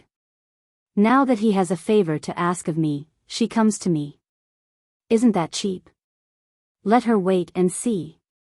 Besides, I also know this woman. She is selfish, mean, greedy and ungrateful. It's good to let her be rebuffed, so that she doesn't know the immensity of heaven and earth all day long. Does she think that I, Du Fei, will ask Shen Wankai for help? What a joke. It has always been officials and businessmen who come to us cultivators. When have we ever asked these ordinary people, who are full of the smell of money and decay? Li Yundong couldn't help but give him a thumbs up and praise him. Jinren Du is a proud person. I like what you said. If there is a chance someday, I will have a drink with you for this. Du Fei laughed, cupped his hands, and said with a smile, well said, Jinrenli, when will you get married and hold a banquet? I will definitely come.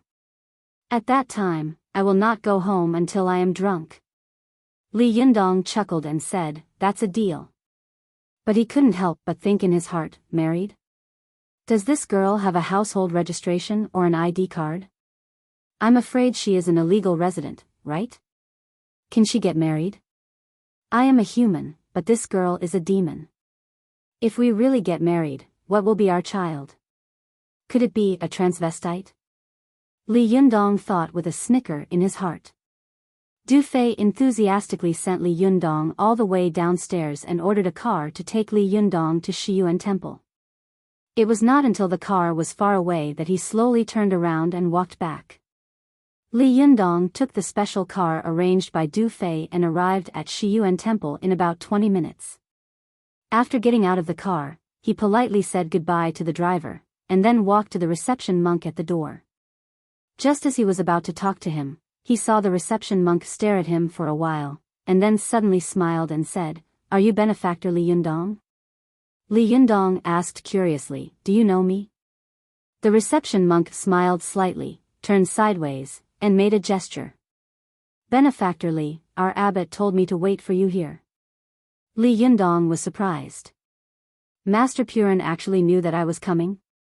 What a coincidence. Note, the 18th emperor is Tang Xuanzong, not Tang Xuanzong. I seem to have typed the wrong chapter when I mentioned Fahai. I wrote Tang Xuanzong. Please forgive me. In addition, I would like to thank 345 ***** for generously voting for the VIP ticket. Thank you very much. You are too polite.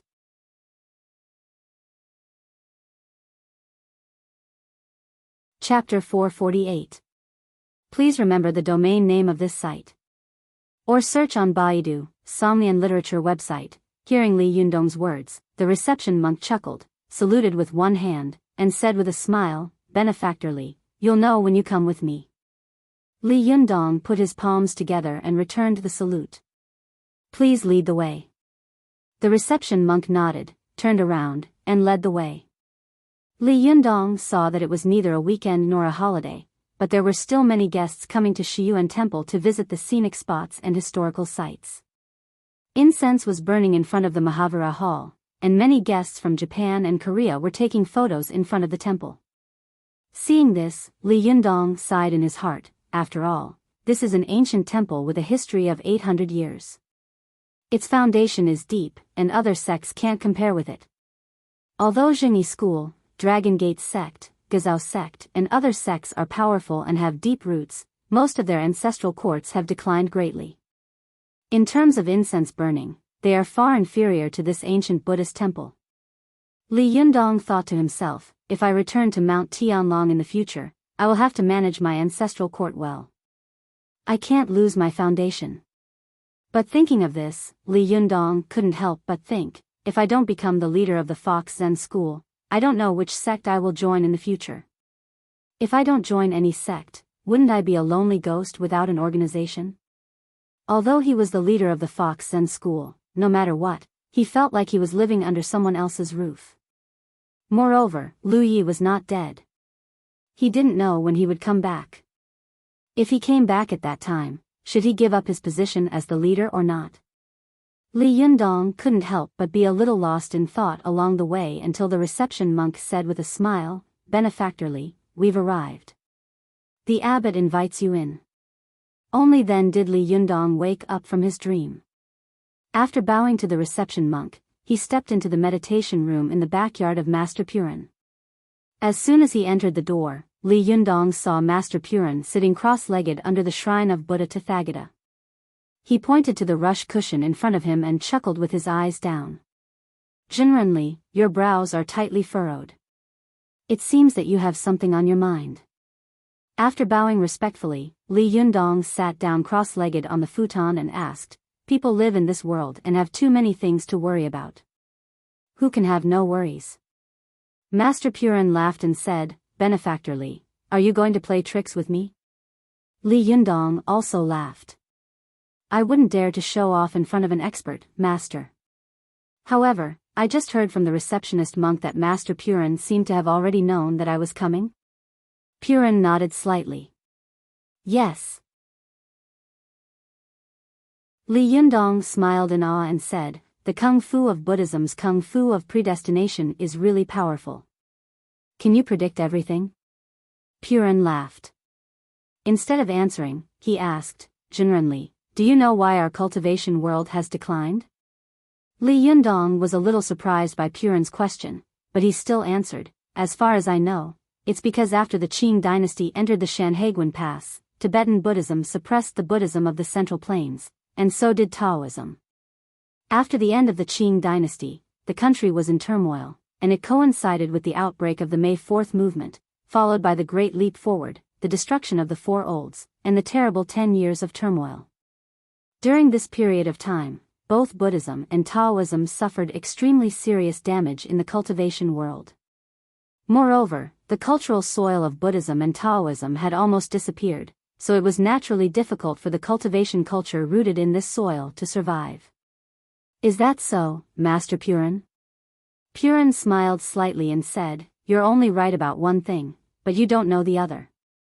Li Yundong asked respectfully, "Master, please enlighten me." Purin said with a smile, "Since ancient times, if you want to send a message, it's either a fast horse or a carrier pigeon. As for us cultivators, we can cultivate to the realm of spirit wander, making our souls fly in the sky and travel thousands of miles in an instant.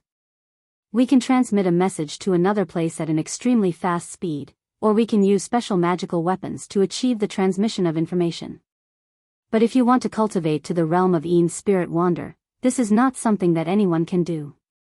You must work hard, have talent, and have the opportunity to do so." As he spoke, Purin's thin hand took out a mobile phone from his sleeve, shook it, and continued, "But now, any ordinary person can do this through the power of technology." Purin put the mobile phone in front of him and sighed slightly.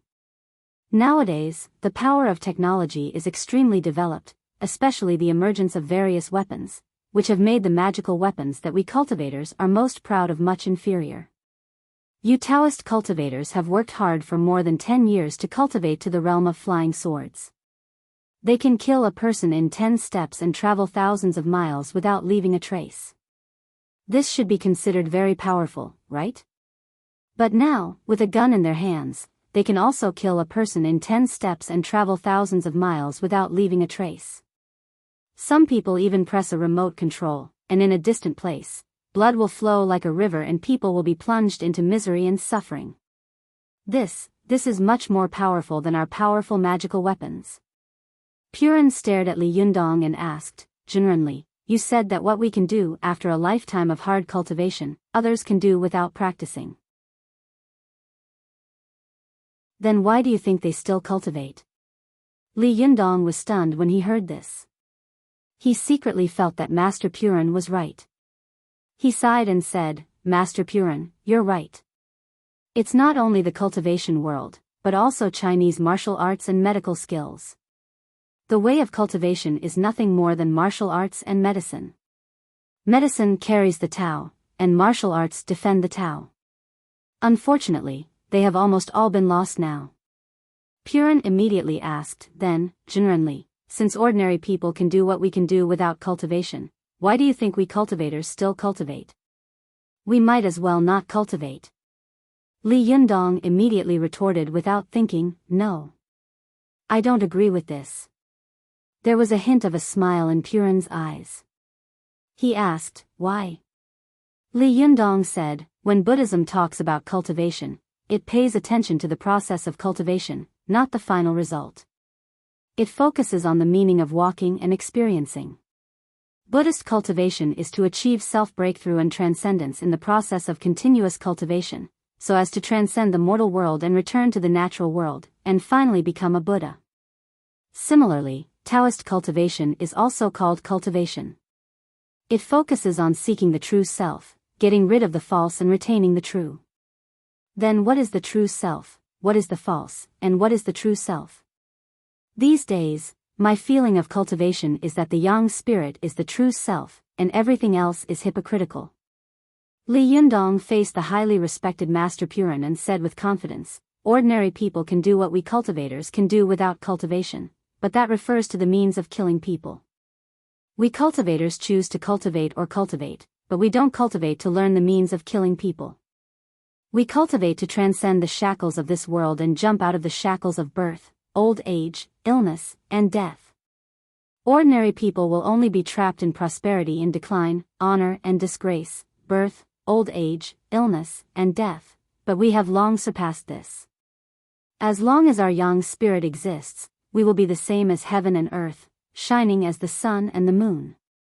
Transcending life, old age, illness, and death, transcending the difficulties of the mortal world, this is the goal of us cultivators.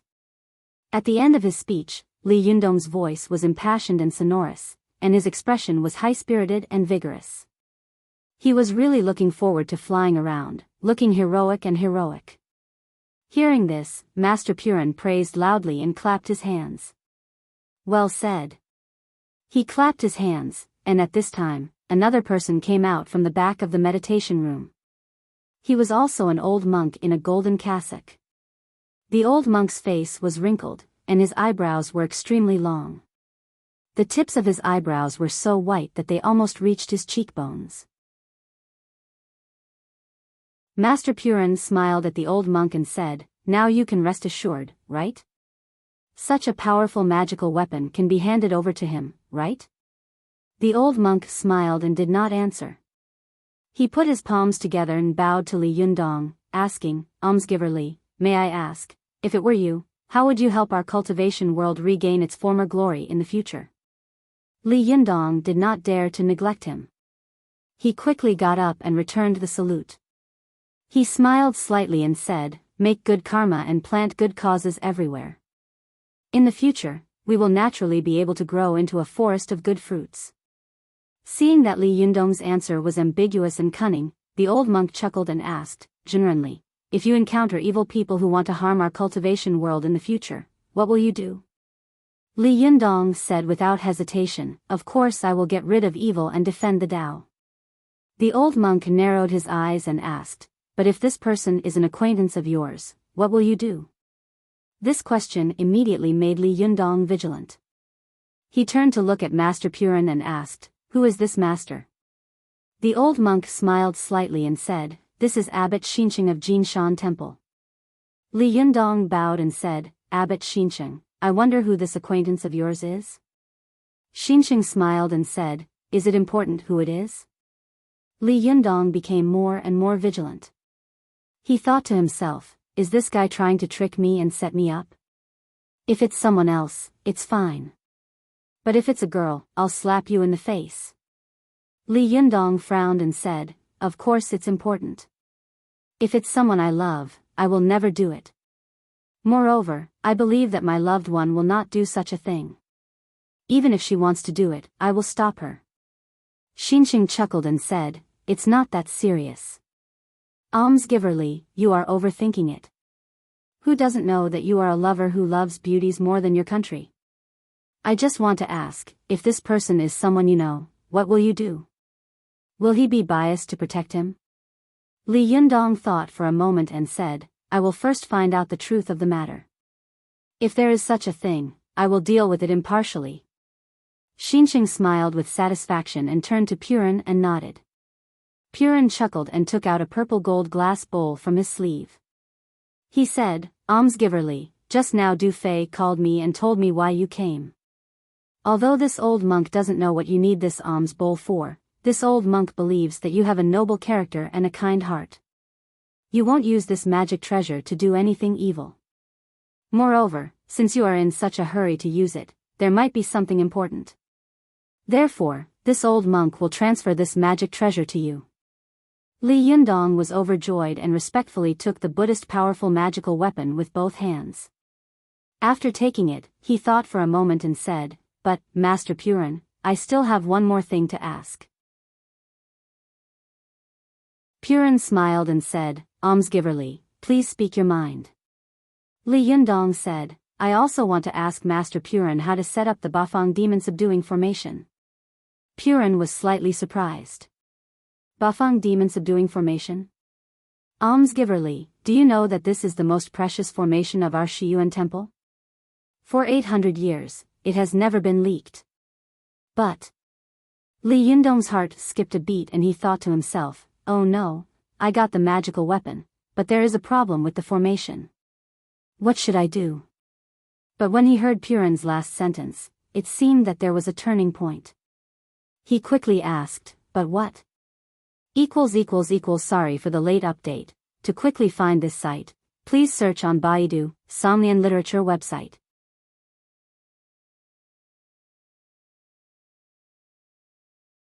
Chapter 449. Please remember the domain name of this site. Or search on Baidu, Somnian Literature website. Purin looked at Li Yundong and said slowly. However, I still want to hear from you, Jinren Li. Why do you want to learn this Bafang demon subduing formation? Li Yundong knew that it was impossible for him to not explain the reason clearly. If he asked Purin to teach him the layout of such an important magic formation, it would be no different from a fool's talk. Moreover, he didn't expect Purin to teach him such an important magic formation. As long as Purin was willing to help him set up one in the place he wanted, it would be fine. Li Yundong told him about the grudges between the Fox Zen School and Yanfang, as well as his own plans. Finally, he said, Master Purin, as the saying goes, don't lie in front of a real person. I must catch Yanfang, but I won't kill her. After thinking about it, I can only ask Master Purin for help. Please teach me the Bafang demon subduing formation and trap Yanfang.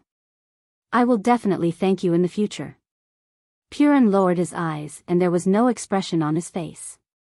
After thinking for a long time, he said, Benefactor Li, I already understand what you said. However, this Bafang demon subduing formation is too important.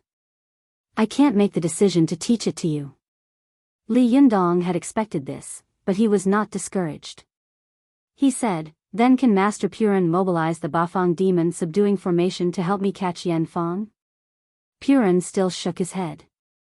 No. Li Yundong frowned and asked, Why?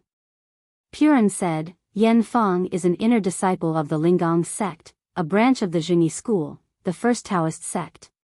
She became famous very early, and all the cultivators of the older generation in the world know her name.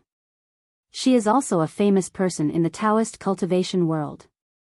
If I mobilize the Bafang demon subduing formation to catch her, it will give Jingyi school an excuse. At that time, there will be frequent fights between Buddhism and Taoism. If it's just a fight, it's fine. If the country intervenes, it will not be a blessing for the cultivation world. Li Yundong looked disappointed. Are you going to sit back and watch Yanfang be lawless? Purin put his palms together and sighed. Ba, I can't help you with this matter. However, Benefactor Li, you don't have to worry. As the saying goes, there will always be a way out. You already have the burning thumb pot in your hand. I think when the time comes, you will definitely have a wonderful idea to deal with Yanfang. Li Yunyang smiled bitterly in his heart. Are you kidding me? Not only does the yang spirit escape fast, but it also quickly turns into countless divine senses to escape in all directions. If I miss one of them, it will be a failure. How can I have any strange tricks to deal with Yen Fong? It's fine if this old monk doesn't want to lend it to me, but he actually used such words to brush me off. Purin saw that Li Yundong's face was full of disappointment and a bitter smile. He thought for a moment and said, "Benefactor Li, in fact, you should think about why I would borrow this burning thumb pot at this time." Li Yundong suddenly had an idea and asked, "Master Purin, do you also want to?" Purin turned his face and looked at Master Xian Cheng, the abbot of Jinshan Temple. The two of them smiled at the same time. Purin bowed and said, "Amitba, Benefactor Li is very perceptive.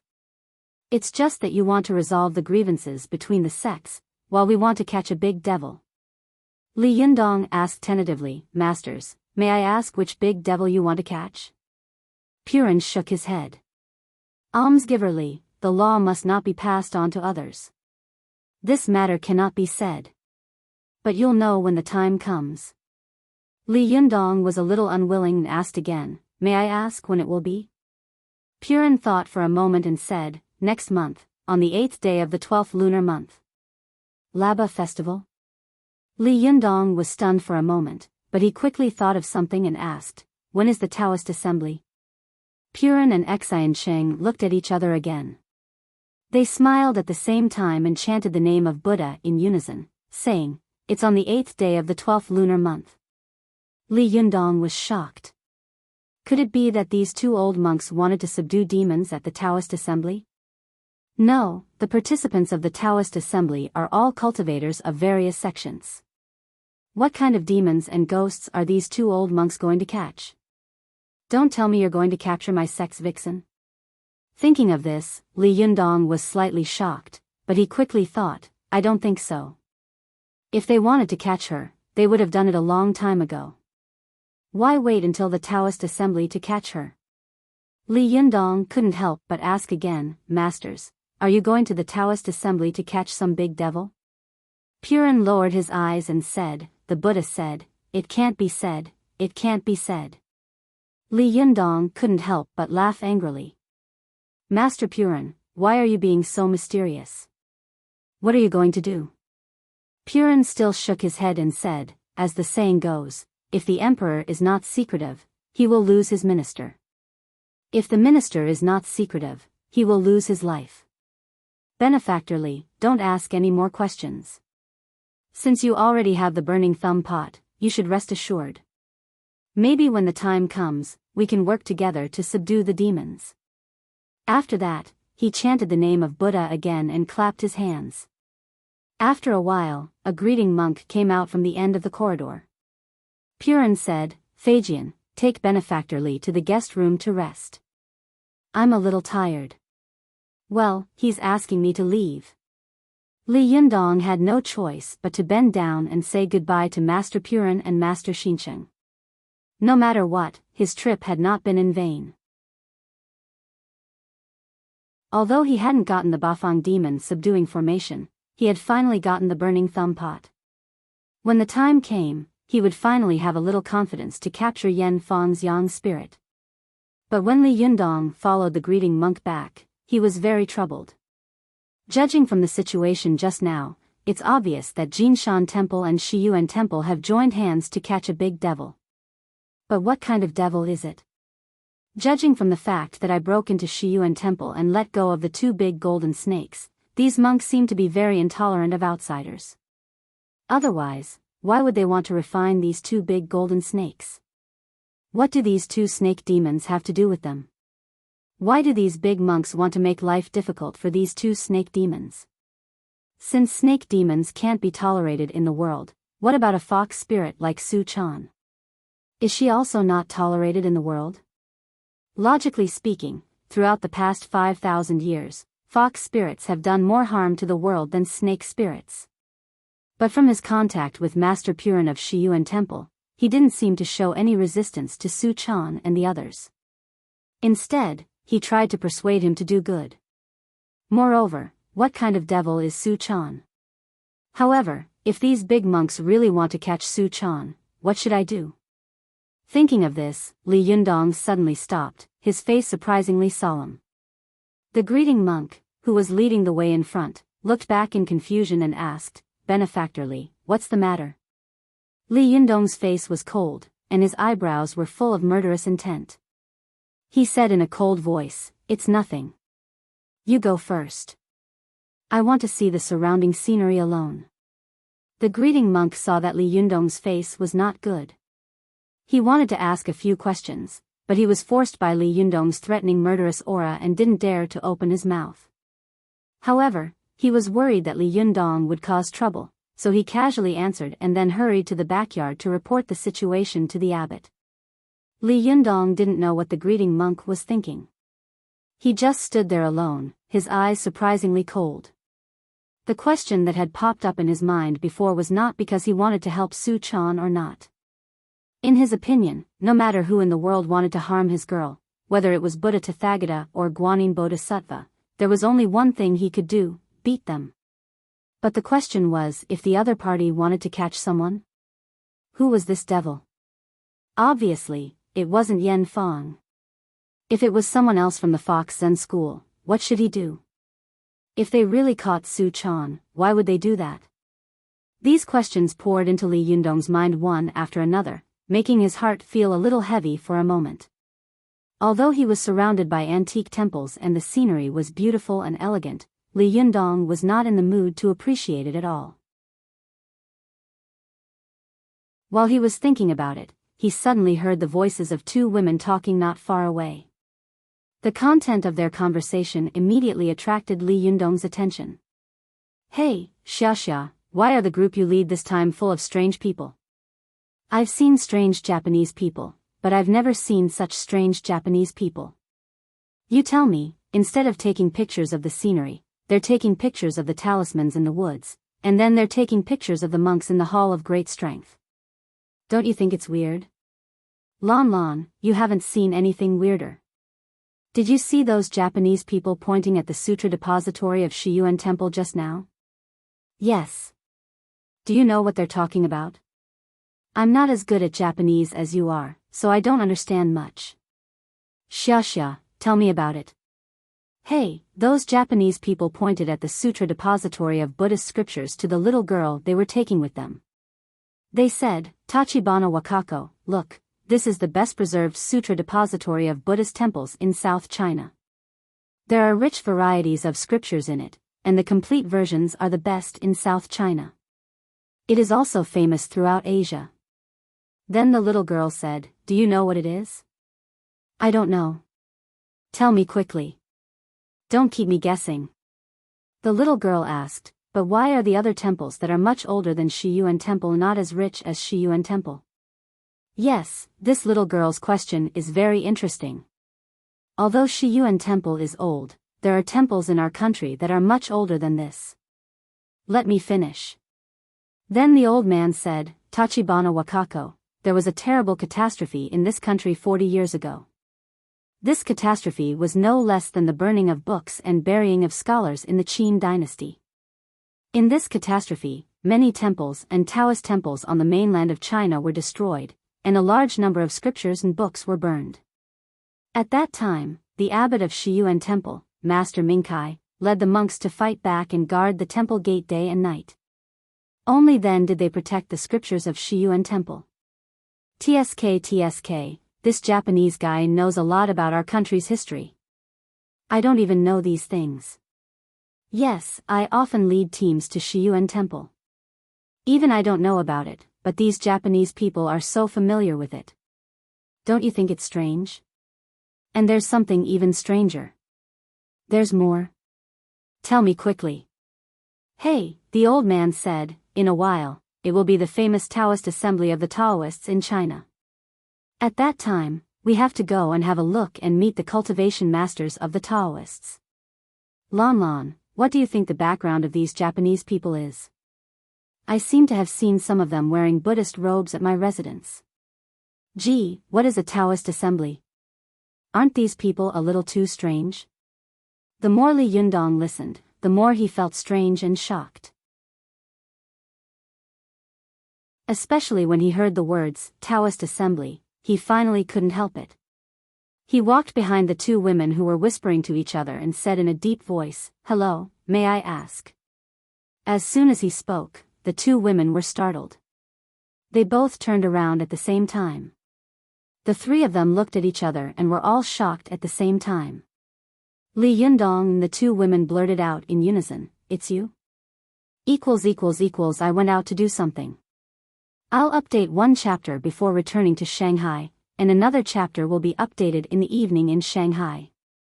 To quickly find this site, please search on Baidu, Somnian Literature website.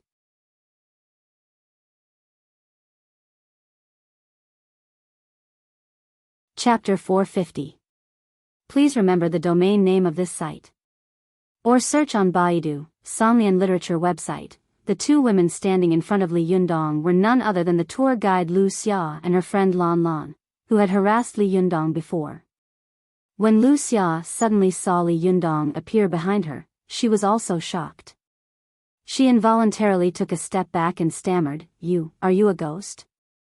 You don't make a sound when you walk." Lan Lan also pulled her arm and whispered nervously, Xia, is this guy here to settle the score with us?" Although her voice was low, it couldn't escape Li Yundong's ears. Li Yundong frowned and asked, "What score?" "What score?" Ever since Lan Lan had seen Li Yundong's inhuman skills and performance last time, she had been afraid of this mysterious boy. In addition, she had urged Lu Xia to post the video on the internet. Originally, she wanted to expose Li Yundong, but she didn't expect that their video would be automatically deleted a few days after it was exposed. For this matter, Lan Lan even went to the customer service of the video network, but her complaints and information were like stones sinking into the sea, and there was no reply. After a while, Lan Lan and Lu Xia finally confirmed one thing: Li Yundong was very likely to have a very powerful background, so the video that exposed him was quickly deleted. Originally, Lan Lan, who had thought that she had provoked a powerful person, lived in fear all day long. She was afraid that the other party would come to her door and take her to another province. But after a while, Lan Lan found that her life was still calm and peaceful, and she slowly forgot about this matter. But suddenly, Lan Lan found that this boy had appeared in front of her again. How could she not be frightened? Lan Lan grabbed Lu Xia's arm and shouted at Li Yundong, "I posted the video. I will take responsibility for what I did. It has nothing to do with Xia." Li Yundong asked curiously, "Video? What video?" When Lan Lan and Lu Xia heard this, they immediately complained to themselves, "Oh no, he confessed without being beaten. It turns out that this guy doesn't know about the video." Li Yundong also quickly remembered. It turned out that the last time someone had posted the video of him fighting with Master Feikong on the internet, it was these two women who had done it. Li Yundong couldn't help laughing. He hadn't expected that his casual question would make the other party feel guilty and confess without being pressed. It could be considered as solving one of his doubts. He deliberately asked with a straight face, "Don't you know that your behavior is an invasion of others' privacy?" Lu Xia's eyes were timid, but she deliberately put on a fierce look and said, "Wasn't the video deleted later?" Li Yundong glared at her. "Do you know what kind of trouble this video will bring me?" Although Lan Lan was not tall, she was quite shrewd and righteous.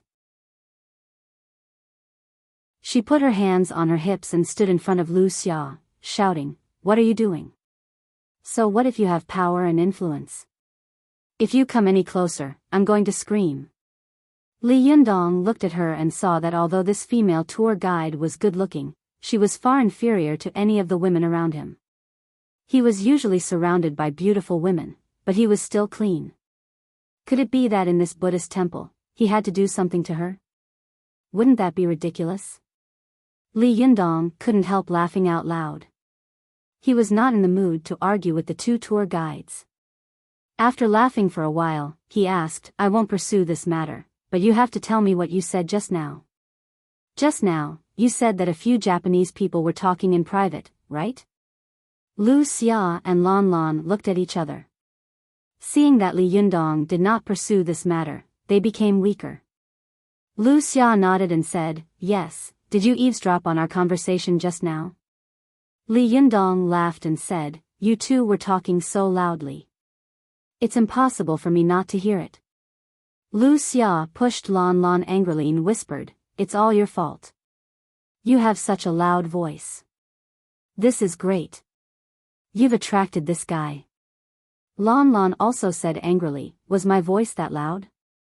You've always been the one who talked the most, okay?" Lu Xia said angrily, "You were the one who started it." Seeing that the two women were complaining to each other, Li Yundong hurriedly asked, "Don't be in a hurry to complain. Tell me where those Japanese people are first, or you can take me to have a look." Lu Xia looked at Li Yundong warily. "What do you want to do? As tour guides, we have the obligation to protect the privacy of tourists." Li Yundong glanced at Lu Xia.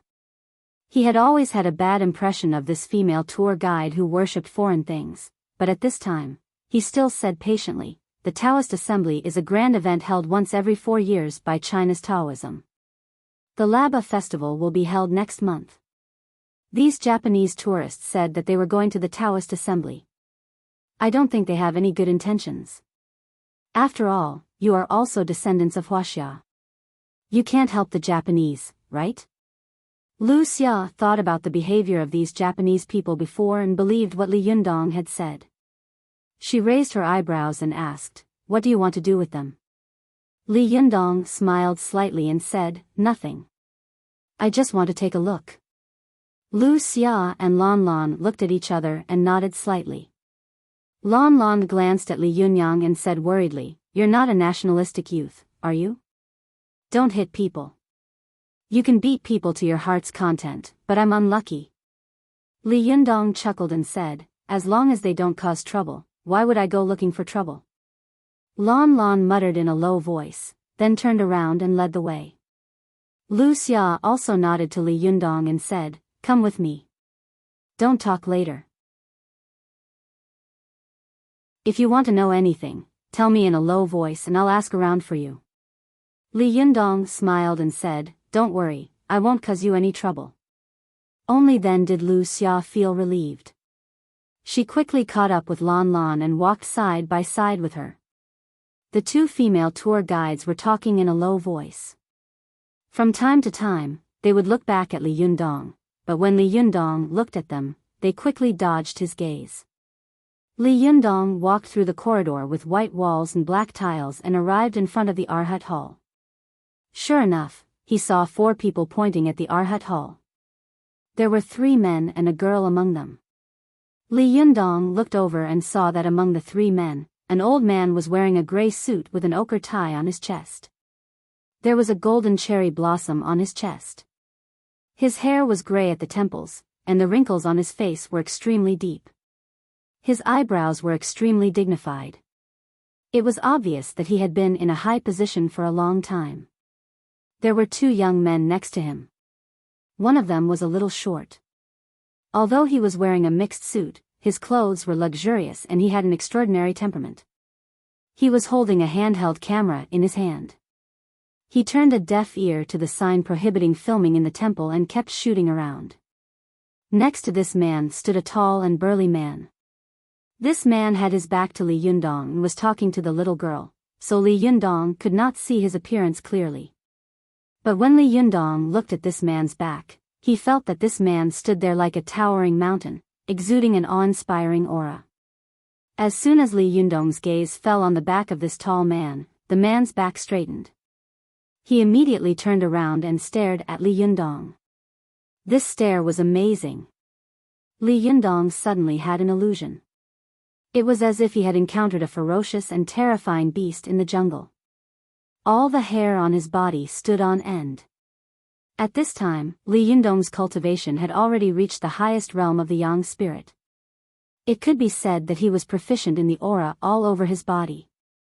He could hide it in the internal aperture in an instant or burst it out in front of him in an instant. He was like a divine dragon, sometimes hiding under the earth and sometimes soaring above the sky. In the past, Li Yundong didn't know how to restrain his aura, so wherever he went, his huge aura would attract people's attention. In addition, his aura was extremely masculine. When women approached him, they would unconsciously attract each other and have a strong affection for him. When men saw him, they would subconsciously repel him and have a strong resistance to him. This situation had also caused Li Yundong a lot of trouble. As Li Yundong's cultivation improved, the aura he restrained had become less and less. Except for his heroic spirit, his appearance was no different from that of an ordinary person. But at this time, when the Japanese suddenly looked at him, Li Yundong felt an extremely terrifying and dangerous aura coming at him. This sense of threat was even stronger than that of Yu Xing of the Chuanjian dragon sect. The aura hidden deep in Li Yundong's body was suddenly aroused by the other party. The aura all over his body was majestic. Lu Xia and Lan Lan, who were standing beside Li Yundong, suddenly felt as if there was a pair of invisible hands pushing them away, almost causing them to stagger. Lu Xia and Lan Lan looked at Li Yundong in surprise, only to see that the corners of Li Yundong's clothes were fluttering without any wind, and his black hair was standing on end. He was like a fierce tiger in the jungle, and his mane was standing on end.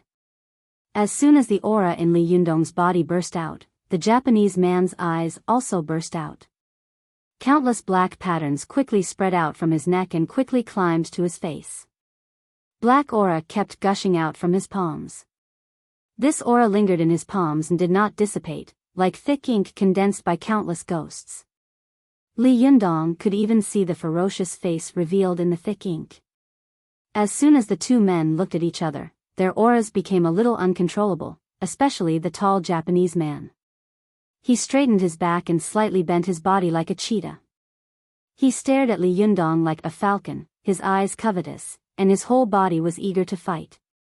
Li Yundong saw that the other party's aura was cold and powerful, and his eyes were full of hostility, as if he was ready to attack at any time. His eyes narrowed slightly, and his expression did not change. The aura surging all over his body was much more violent and vigorous than before. He stood still and looked at the other party calmly. There was thunder in his heart, but his face was as calm as a lake. Seeing that the two were about to fight, the old Japanese man next to him suddenly scolded and said something quickly in Japanese. Then the tall Japanese man narrowed his eyes and looked at Li Yundong for a while. He reluctantly withdrew his aura, then turned around and stood respectfully behind the old man. He lowered his eyebrows and looked humble. It was impossible to tell that this man had been able to release such a cold and domineering aura of Junshi just now.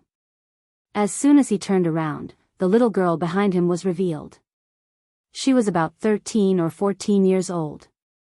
Although she looked young, she was quite tall and was already about 1.65 meters tall. She was wearing a lavender kimono with 100 flowers on it and white socks on her feet. Her face was delicate and pretty. She looked at Li Yundong curiously, then gently pulled the sleeve of the tall Japanese man beside her and asked in a low voice, "Shinsu, who is this person?" Shinsu stared at Li Yundong closely. He bowed slightly and said in a deep voice, "Miss Tachibana Wakako, I don't know who this person is, but he is a master." Tachibana Wakako raised her head and giggled at the old man beside her. "Master Tsimian, are there also masters in mainland China?" To quickly find this site, please search on Baidu, Somnian Literature website.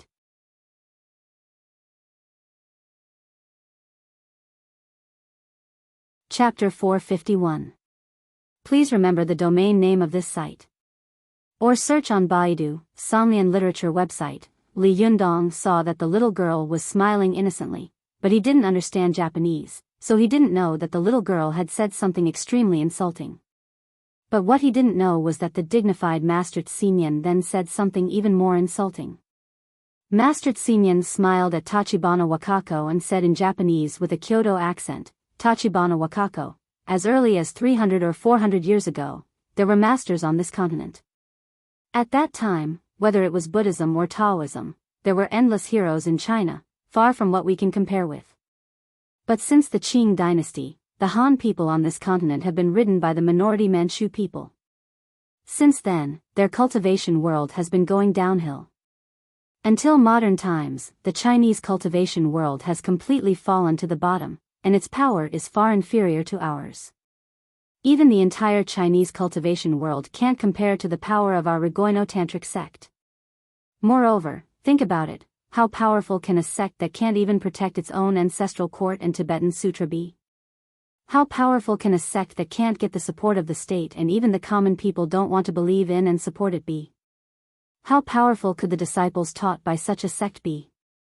In the 7th year of Hirohito, our Mount Koya was appointed by the Mikado to be conferred the title of Master Konghai. Since then, Master Konghai has founded the Shingon sect. From 816 AD to the present, it has not changed. Moreover, no matter what kind of war we suffer, no matter how the dynasty changes, our Mount Koya remains unmoved. Only a sect like ours can produce real masters. These Chinese sects that have suffered for 200 years. Humph, if you want to say that there are masters in Shiyuan Temple, I'm willing to believe it. As for other sects, even if they can produce masters, they are fake masters. In front of our masters, they can't withstand a single blow. Tachibana Wakako nodded as if she understood, but then she quickly glanced at Li Yundong and said, "What if Shinshu said this person is a master?" Great Master Tsimian also glanced at Li Yundong. He nodded slightly and said, "Well, this person's eyesight is extremely strong, and he is full of energy. He can restrain his aura, but his explosive power is extremely strong. What's even rarer is that he is very young, the age where heroes come from. However, I think the aura in his body is very strange. It's not like the cultivation aura of the various Chinese sects that I'm familiar with. Therefore, I don't think he's a cultivator from any of the major cultivation sects in China. The Chinese cultivation continent can't produce such an expert." Tachibana Wakako couldn't help but look at him curiously again. She asked, "Which sect does this person belong to? Is he from China?" As she said this, she whispered to Shinshu, "Shinshu, can you find out his background?" Hearing her words, Shinshu's expression changed. She raised her drooping eyelids, and an aggressive light immediately shot out of her eyes toward Li Yunyang. His figure also changed from a submissive servant to a great expert with an extraordinary aura in the blink of an eye. Shinshu looked at Li Yundong. Li Yundong seemed to have sensed it and also looked at him. When their eyes met in the air, it was as if Mars had hit the earth, and it seemed that countless blazing sparks could be stirred up in the air. "Shinshu!" Tsimian shouted in a dignified voice, "Step back." Shinshu immediately lowered his head and bowed respectfully. "I'm sorry, Great Master Tsimian. I was impulsive." Tsimian patted Tachibana Wakako's head kindly and said softly, "Tachibana Wakako, have you forgotten our agreement? This time, we are here to collect some information about the Chinese cultivation world, not to make trouble. This person's cultivation seems to be from the Chinese Taoist school. If that's the case, he should go to the Chinese Taoist assembly next month. If he goes, you'll know his background by then." Tachibana Wakako smiled childishly and said with a smile, "Okay then." As she spoke, she said to Li Yundong in Japanese, "Hey, you have to go to the Taoist assembly." Li Yundong, who had been standing to one side, was confused. He saw them talking quickly in Japanese.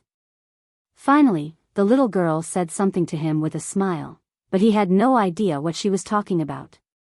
Just as he was about to turn his head to ask Lu Xia, he saw the old Japanese man in the lead shout something to the Japanese man who was constantly taking pictures.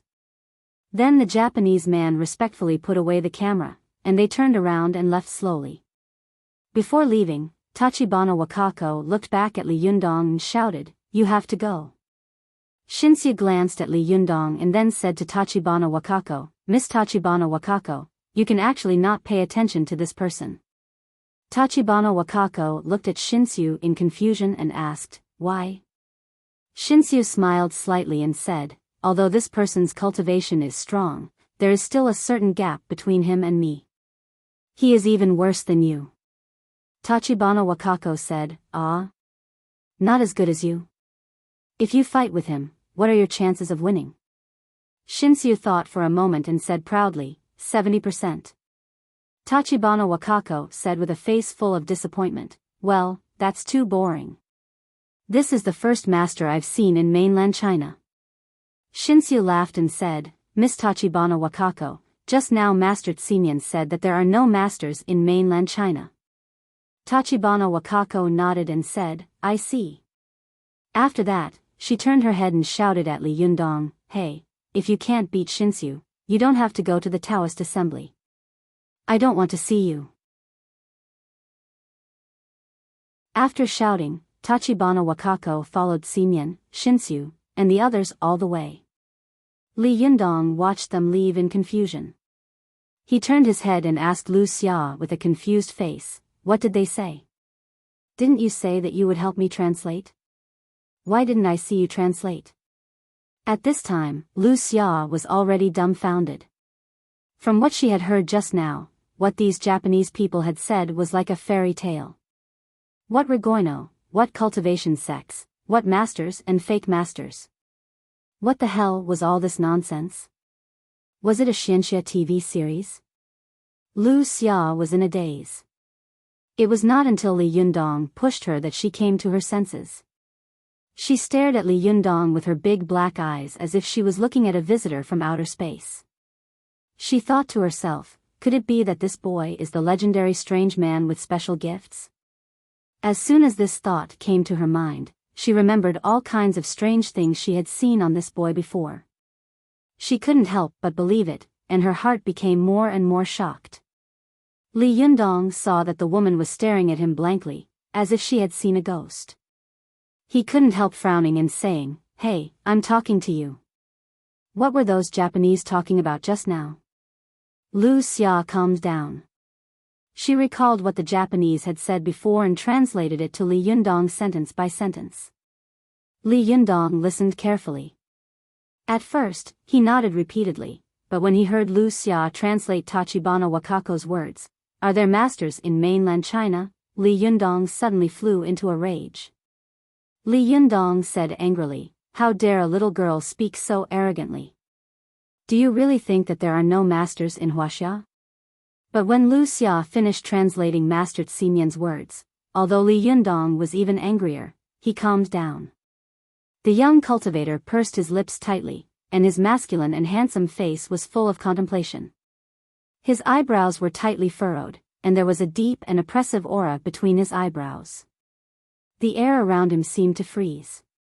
Lu Xia, who was beside him, felt as if there was a big stone pressing down on her chest, and she could not breathe.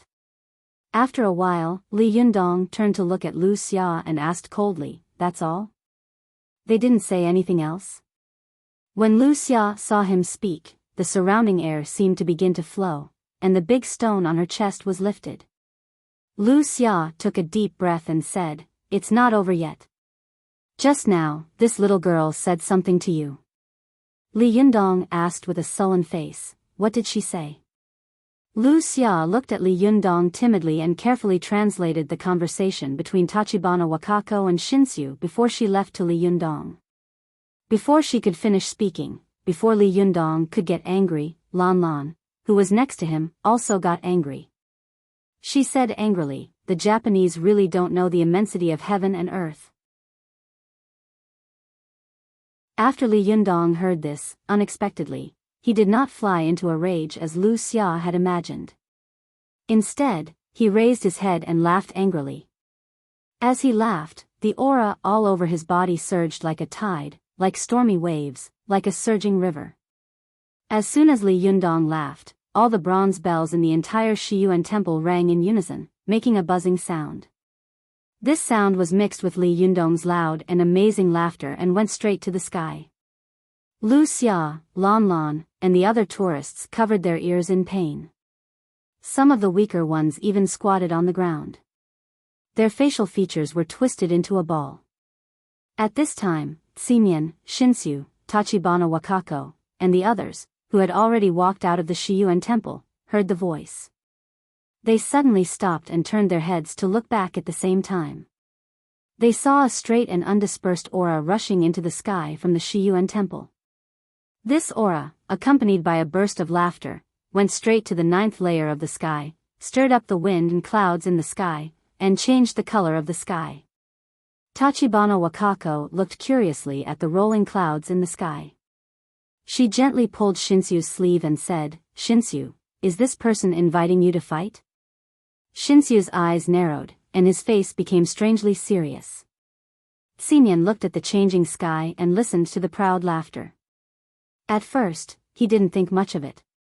Young people are young people after all, and they can't keep their cool. But he listened to the laughter for 5 minutes without any sign of stopping. It was like waves, one wave after another, one wave after another, one wave after another, and each wave was stronger than the last. At this time, Xinyan was finally moved. He opened his eyes slightly and was silent for a long time. After about 5 minutes, when the laughter finally stopped, he slowly let out a long breath.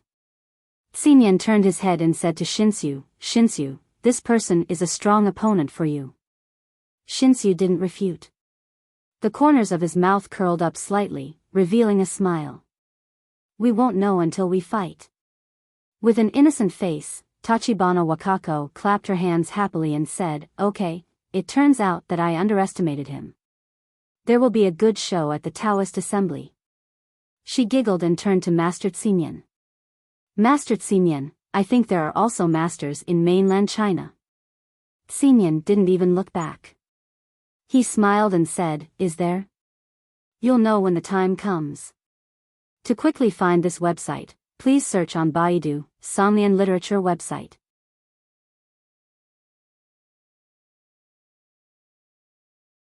Chapter 452. Please remember the domain name of this site. Or search on Baidu, Somnian Literature website. Li Yundong laughed out loud.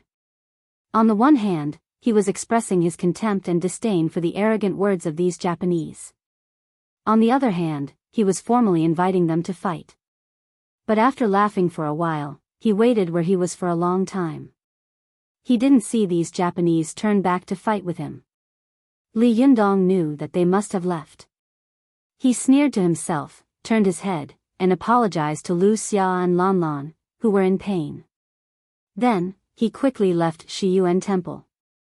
After he left, 2 old monks walked out of the backyard of Arhat Hall. They were Xian Sheng and Purin. The 2 old monks looked at each other and chanted the name of Buddha in unison. Xian Sheng sighed and said, "Jindan descends to the world, and Wisdom King descends to the world. Thunder retribution descends from the sky, and all the foxes go down the mountain. The temple bells ring together, and the demons fight. The black fox reappears, and the world is in chaos. Purin, your disciples' words are really accurate." Purin also looked worried. He sighed and said, "Amitba, I hope the cultivation world can get through this tribulation." The 2 old monks sighed in unison, and the deep wrinkles on their faces became more and more crisscrossed. After Li Yundong left Shiyuan Temple, he walked quickly and aimlessly all the way.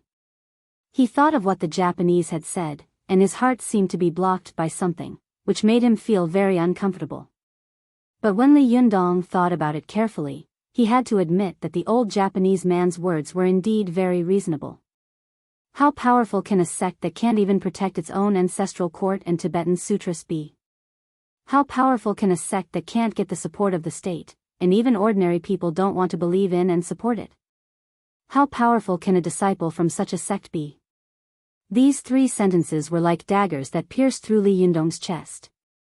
They made him angry, but also made him feel a trace of sadness and helplessness. No wonder Master Purin asked me about the true meaning of cultivation in such a serious manner. No wonder Zi Yuan sighed over and over again about the calamity encountered by the cultivation world. Li Yundong stood on the bustling street, surrounded by pedestrians and heavy traffic. However, he felt that there was a dead silence around him, and there was a lifeless atmosphere everywhere. He even felt that the faces of everyone on the side of the road were gray and lifeless. Li Yundong clenched his fists, and his eyes were full of unwillingness and anger. He thought to himself, these Japanese look down on our Chinese cultivation world. When the Taoist assembly begins, I'll let them see if there are any masters in our mainland. As soon as he thought of this, he quickly walked to a place where there was no one around. Then, he turned into a beam of cyan light and quickly flew toward Tiannan City. When Li Yundong returned to his home in Tiannan City, it was already evening. After entering the house, Li Yundong saw the little foxes chattering together, happily counting the banknotes, and then dividing the spoils one by one. The little foxes originally wanted to divide the money in private, but when they saw Li Yundong enter the room with a cold face, they suddenly felt like thieves who had been caught red-handed. They all looked at each other guiltily. Lingyu braced herself to stand up and said with a forced smile, "Leader, you're back? We are counting the money we made today." "Ah, by the way, leader, do you know how much money we made?" Although Li Yundong was depressed, he returned home and faced the little beauties who were smiling like flowers. No matter how unhappy he was, the anger in his heart dissipated a lot at this time. He suppressed the unhappiness in his heart, smiled faintly, and said, "What's the matter? Did you make money today?" When the little foxes saw Li Yundong smiling, they immediately became excited. They rushed to Li Yundong with a smile and said, "Leader, you can't look down on us anymore. We made a lot of money today." Li Yundong chuckled and was about to speak when he suddenly saw Su Chan poking her head out of her room in surprise. "Yundong, you're back." After that, the little girl ran toward Li Yundong barefoot, like a swallow returning to the woods, and threw herself into his arms. Li Yundong hugged Su Chan tightly. He rubbed the girl's hair with tenderness in his heart and said with a smile, "Did you make any mischief while I was away?" Su Chan rolled her eyes. She thought of the middle-aged man who had thrown down 10,000 yuan and ran out. She felt a little guilty and avoided his gaze. She secretly stuck out her tongue and didn't say anything for a while. Li Yundong was also full of worries, so he didn't notice Su Chan's expression. The little foxes beside him also joined in and said one after another, "Leader, the lady boss took us to make a lot of money today. Look, look." Immediately, one of the little foxes held the money in front of Li Yundong as if they were offering a treasure. Li Yundong took a rough look and saw that there was probably a few thousand yuan. He said with a smile, "Not bad, you made a few thousand yuan on the first day? That's good, it seems that there are quite a lot of guests." His words made the little foxes secretly stick out their tongues. One of them opened her mouth and said, "Just one." Before she could finish saying the word guests, the other little foxes next to her covered her mouth and dragged her to the back. Li Yundong was stunned for a moment, but he didn't take it seriously. He asked casually, "One what?"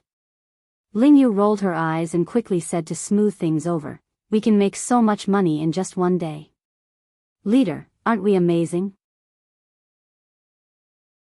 Li Yundong couldn't help laughing and said, "Do you still want to do business at night? I think you are obsessed with money." After that, he patted the little girl's head and said, "Channer, you did a good job today. You didn't cause me any trouble. Well, you deserve praise. By the way, I saw you dividing the money just now, didn't I? Well, you can divide the money among yourselves. Just take it as a red envelope from me. Don't hand it in." When the little foxes heard this, they immediately cheered in unison, "Long live the leader! Long live the leader!" Li Yundong chuckled, nodded to Su Chan, and then motioned for her to come to his room. The little girl followed Li Yundong to his room uneasily. After entering the door, she rubbed the corner of her clothes with both hands, wondering whether she should tell Li Yundong what had happened today. The little girl was not a fool.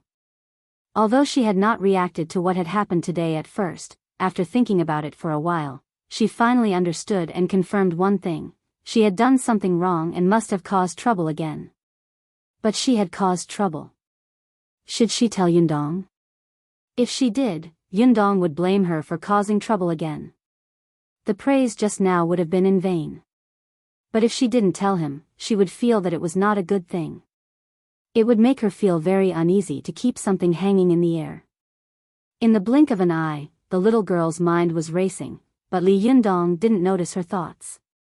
He said softly to Su Chan, "Chaner, I've borrowed the burning thumb pot. Take a look." As he spoke, he took out the burning thumb pot and held it in front of Su Chan. Su Chan's eyes lit up. She saw that the burning thumb pot was dark green. From a distance, it looked brilliant and beautiful. At first glance, she could tell that it was not an ordinary object. When she got closer, she saw that the light in the room shone on the burning thumb pot, reflecting colorful light. In each different refraction surface of the glass, Su Chan could see her charming face. It was as if the burning thumb pot was a spirit space, reflecting countless versions of herself. For a moment, Su Chan was a little dazed by the exquisite burning thumb pot. She subconsciously reached out to touch it, but as soon as her fingers touched it, her whole body suddenly shook and she quickly retracted her hand as if she had been electrocuted. Li Yundong smiled and said, "What's wrong? What are you afraid of? If you like it, take it and look at it more." Su Chan shook her head like a rattle drum and looked at the glass bowl with envy and fear in her eyes. She said, "No, this burning thumb pot has a lot of Buddhist magic power. I can't touch it. When I touched it just now, my whole body felt like it had been electrocuted. It was very uncomfortable." Li Yundong played with the burning thumb pot in his hand strangely. "Really? Why didn't I feel it?" Su Chan looked at Li Yundong enviously and said, "Yundong, you are a human, so you naturally can't feel it, but I am a fox spirit. This burning thumb pot is a Buddhist magic item. Its Buddhist power is solemn and majestic, and it is specially used to restrain our demon aura. Moreover, colored glass is one of the 7 treasures of Buddhism, and it is also the incarnation of a monk's 1,000-year cultivation. In all the Buddhist scriptures, body and spirit like colored glass is regarded as the highest realm of Buddhist cultivation. The Medicine Master's Colored Glass Buddha's Original Vows Merit Sutra says, "When I get Bodhi in my next life, my body will be like colored glass, clear inside and out, pure and clean." From this, it can be seen that colored glass is the purest thing in the world. Muddy demon bodies like us can't touch it. After hearing this, Li Yundong laughed. He hugged the little girl and intimately rubbed the tip of his nose against her forehead. He said with a smile, "Silly girl, in my opinion, you are the purest and most pure person in the world. As for this..." Li Yundong raised the burning thumb pot high with one hand and said with a smile, "This is just a magic item. No matter how important a magic item is, how can it be compared with a person?" Su Chan felt warm in her heart when she heard this. She thought to herself, "Yundong loves me so much, but I can't tell him frankly. Instead, I hide something in my heart. How can I be worthy of Yundong's feelings for me?" Thinking of this, the little girl opened her mouth and was about to tell Li Yundong what had happened today, but Li Yundong held her with one hand and looked at the burning thumb pot. He sighed and said, "Chaner, I only borrowed the burning thumb pot this time, but I didn't get the Bafang demon subduing formation. I don't know if I can catch Yen Fang's yang spirit with this burning thumb pot alone." As he said this, he lowered his head and looked at Su Chan apologetically. He said softly, "But don't worry, I will try my best to help you find your master, Ao Wushuang." Su Chan's words were stopped by Li Yundong again. She nodded obediently and opened her mouth to speak again, but Li Yundong touched her hair and said, "Well, I know what you want to say. Don't say thank you or anything. We don't need to say such polite words. You go out first. I'm going to mobilize my Jinshi and take the burning thumb pot for my own use." Su Chan opened her mouth and said, "But, Yundong, I have something to tell you." Li Yundong asked in confusion, "Is it very important?"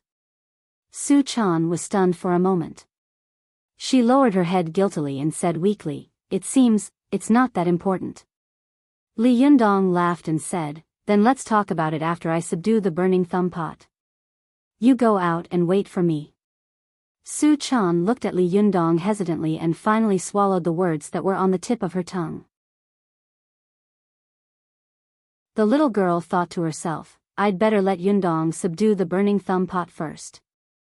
If I tell him about it and he gets angry, what if it affects his subduing of the magical item? Thinking of this, Su Chan looked at Li Yundong timidly and said in a low voice, "Well, Yundong, I'm going out." Li Yundong nodded to Su Chan with a smile. After she went out, the smile on Li Yundong's face slowly disappeared.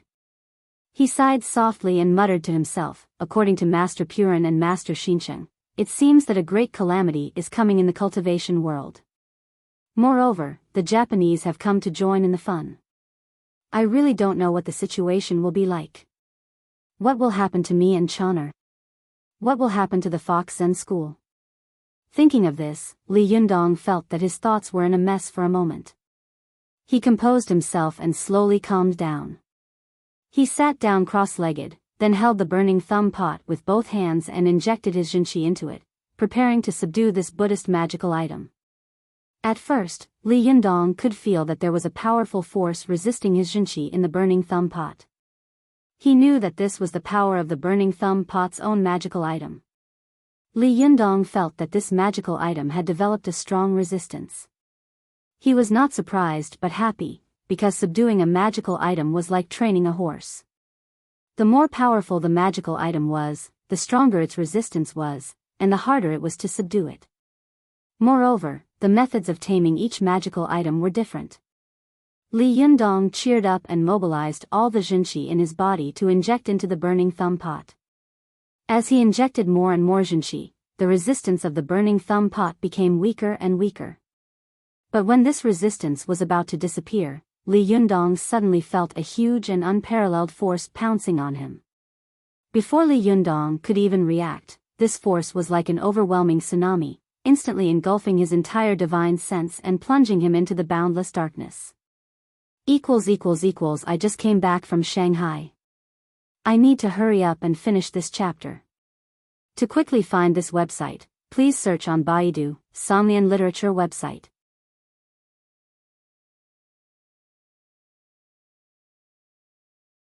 Chapter 453. Please remember the domain name of this site. Or search on Baidu, Somnian Literature website. Cultivation was as difficult as ascending to heaven. Cultivation was like ascending to heaven. It was like stepping on an invisible and rugged road to heaven. The higher one's cultivation, the more miserable it would be when one day he slipped and fell. Therefore, the greater the cultivator, the more careful and cautious he would be when cultivating. He was afraid that if he took a wrong step, he would fall into a bottomless abyss and be doomed eternally.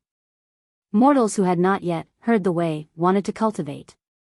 They had to firm their beliefs, painstakingly pursue the true way, between heaven and earth, and painstakingly find a true master who could guide them.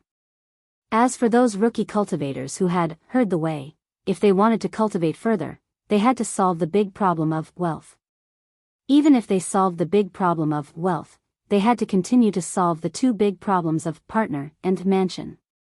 Even if all of the above were solved, they still had to face the many magic items in the world. Each magic item had its own unique attributes and characteristics, and the methods of subduing them were also different. Before, Li Yundong had subdued the Fan of Seven Treasures and the Lyoha smoothly. It could be said that he had done it in one go, so he had also relaxed his vigilance about subduing magic items. After all, he had only cultivated for a short time, and when he was subduing magic items, he didn't have Zi Yuan, who had rich cultivation experience, to give him advice. He didn't know what kind of situation he would encounter when subduing a famous Buddhist magic item like the burning thumb pot. The burning thumb pot was the personal magic item of the famous Buddhist monk Fa Hai. Although Fa Hai had passed away and left this magic item to his descendants, it had not always been in a state of no use. There were countless famous monks who had used the burning thumb pot to subdue demons.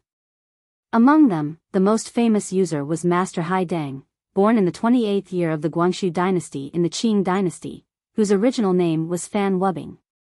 After Master Hai Dang had passed away in 1989, this Buddhist magic item had wandered into the world and finally fell into the hands of Du Fei of the Chuanjin sect. It had only been more than 20 years since 1989, and the powerful jinqi in the magic item had not dissipated much. Moreover, there was a big difference between this burning thumb pot and the fan of 7 treasures. That was the psychic fan of 7 treasures had never been used since the death of Tang Xianzong. Therefore, the power of this Buddhist magic item had always been in a state of decline. However, the burning thumb pot was different. It had been used by Fahai for more than 30 years. Fahai's powerful and vigorous Buddhist power alone had protected it for more than 30 years. Coupled with the close protection and use of the famous monks of the past, the Buddhist power of this celestial device had not weakened. Instead, it had become stronger with each generation.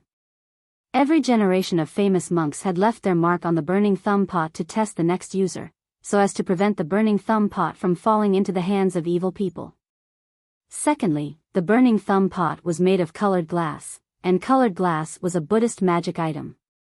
It was clear inside and outside, pure and flawless. Therefore, in order to subdue such a pure magic item, the cultivator must first be clear inside and outside, pure and flawless.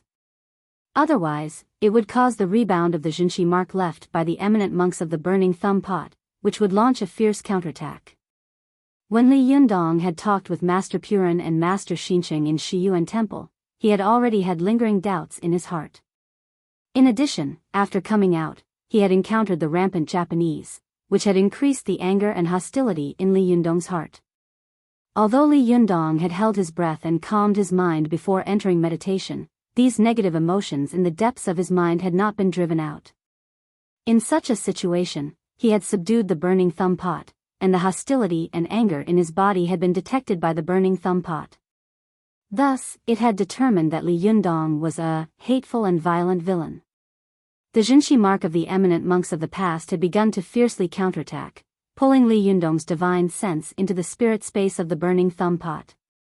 Although Li Yundong was in meditation at this time, his divine sense was extremely clear. He could feel that he was in a boundless dark world. He seemed to be in a vast and boundless illusory world.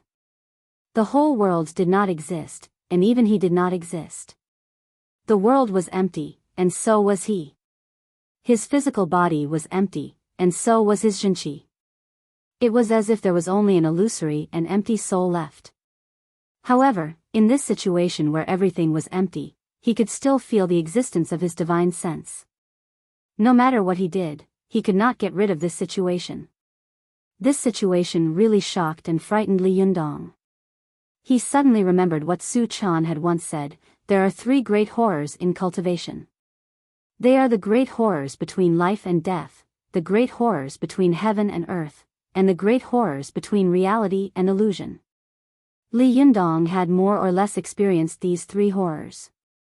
He had thought that after he had experienced them, they would no longer appear to bother him. However, he had not expected that these 3 horrors were the common demons of all cultivators in the world since ancient times. Countless cultivators had fallen under these 3 horrors.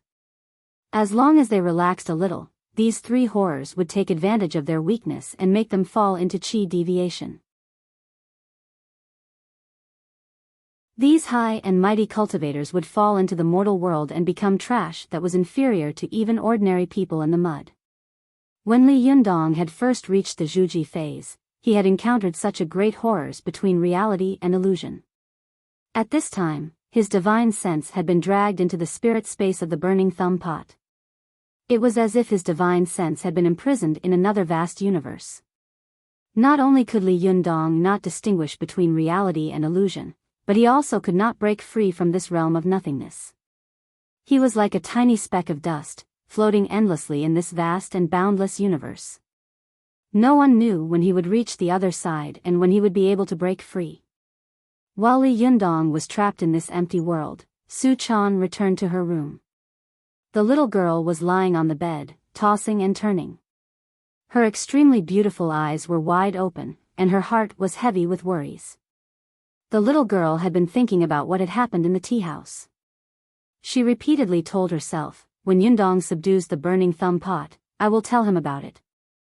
But what if Yundong gets angry at that time? What if he dislikes me? He gave me the tea house, but I still caused such trouble for him. Can I not tell him? It seems that he didn't come to make trouble for me, The little girl struggled in her heart and tossed and turned in bed all night. It was not until dawn that she fell into a deep sleep. After dawn, the noises of the little foxes rang out in the living room, and the little girl woke up in a daze. After Su-chan got up, she raised her head and yawned. Then, wearing a long pajamas and a pair of slippers, she walked to Li Yundong's room with sleepy eyes. The little girl had been thinking about the problem before she went to bed last night in her dreams. Now she finally couldn't help it. She got up and went to find Li Yundong. As she walked, she muttered, "No, I have to tell Yundong about this as soon as possible, or it will torture me to death." Su-chan walked to the door of Li Yundong's room. She first tilted her head to listen to the situation in the room, but there was no sound, not even the slightest movement. Su-chan was slightly stunned and thought, is Yundong sleeping or subduing a powerful magical weapon? She looked at the sky and thought, it's already past 8 o'clock in the morning. It can't be that he hasn't finished the whole night, right? The little girl thought for a moment, then tentatively knocked on the door and called out weakly, "Yundong, are you there?" But her call was like a stone sinking into the sea, and there was no response. Su-chan said in surprise, "No way. If he was sleeping, he should have woken up with this call." The sleep of cultivators was very light, and it was only to meet the need of rest for their body functions. A little shout would wake them up immediately. Su-chan thought for a moment and said, "Could it be that he's really subduing the burning thumb pot? If he's really subduing the burning thumb pot, then I can't disturb Yundong. What if he goes crazy?" With that thought in mind, she quietly left Li Yundong's room and walked into the bathroom with a frown on her face. When she saw herself in the mirror, her hair was a little messy and fluffy. She ran her fingers through her hair anxiously. "Oh my God," she murmured. "I'm so upset." At this time, Li Yundong, who was drifting aimlessly in the world of nothingness, seemed to hear a familiar and soft voice calling his name from the other side of the distant world. Li Yundong's spirit was suddenly lifted. Like a person who had lost his backbone, he suddenly straightened his back and swam in the direction of the sound with all his might. However, in this vast spirit space, no matter how hard Li Yundong swam, he couldn't reach the other side. After an unknown period of time, Li Yundong stopped moving in despair. He looked at the thick and boundless darkness in front of him in horror and thought, "No, I may never be able to swim to the other side like this." But he quickly thought, "But I clearly heard Chonner's voice on the other side. She must be there. How can I leave her alone? In this world, no one can stop me from separating from Chonner. If Buddha blocks me, I will kill Buddha. If God blocks me, I will kill God. How can this small spirit space stop me?" The obsession in Li Yunyang's heart suddenly rose, and all the Jinshi in his body seemed to suddenly appear in his body. He could feel that his illusory body had become tangible again. In an instant, he had transformed into the immovable Wisdom King with 3 heads and 6 arms. When he raised his hand, there was thunder, and lightning flashed. At this time, Li Yundong was struggling violently in the spirit space. At first, all the power he had vented was absorbed and swallowed up by the vast dark chaotic world. But as time went on, Li Yundong's anger became stronger and stronger. He seemed to have incarnated into a furious Wisdom King, and heaven and earth were trembling in his anger. Slowly, the spirit space began to shake. The originally lifeless dark and chaotic world began to have flowing wind, as if a dark and trapped eggshell had been shattered by Li Yunyang's power. Slowly, there was a gap, so the light from the outside world also penetrated in bit by bit. Li Yundong saw that there was more and more light around him, and he also struggled more and more crazily to vent his anger, as if he wanted to completely smash the cage that trapped him. But when he was about to smash this spirit space, Li Yundong suddenly heard a distant and dignified voice slowly coming. This voice sounded like the Buddha of the Western Nirvana realm speaking solemnly. "What is cultivation?" Li Yundong was stunned when he heard this voice. He stopped destroying the spirit space and looked around with his eyes wide open, as if he was looking for the direction of the voice. He said, "Cultivation is to cultivate the mind. The voice soon came from all directions again. Then what is cultivation? Li Yundong said impatiently, cultivation is to cultivate a fundamental heart that is not impatient, not angry, not happy, not greedy, and not angry. The voice said again, since you know what cultivation is, you should also know that your heart is full of obsession, and obsession is delusion. I can't let people with delusion go. Li Yundong couldn't help but say angrily, bullshit. Why do you people cultivate and pray to Buddha? Isn't it to become a Buddha one day? Isn't this kind of thought an obsession? Is this kind of obsession to become a Buddha also a delusion? The voice was silent for a while, and then said, Amitabha, you are right, but also wrong. But no matter what, you can continue to move forward and see how far you will go if you follow your obsession. After that, the voice didn't sound again. Li Yundong waited for a long time. Finally, he waved his fists and released the thunder and lightning in his hands toward the spirit space. With a loud bang, the dark spirit space was instantly smashed by Li Yundong. His eyes suddenly lit up, as if he had gone from a world of polar night to a world of polar day. Li Yundong narrowed his eyes slightly. After adapting to the dazzling light, he took a closer look. Li Yundong was shocked by what he saw. To quickly find this website, please search on Baidu, Somnian Literature website.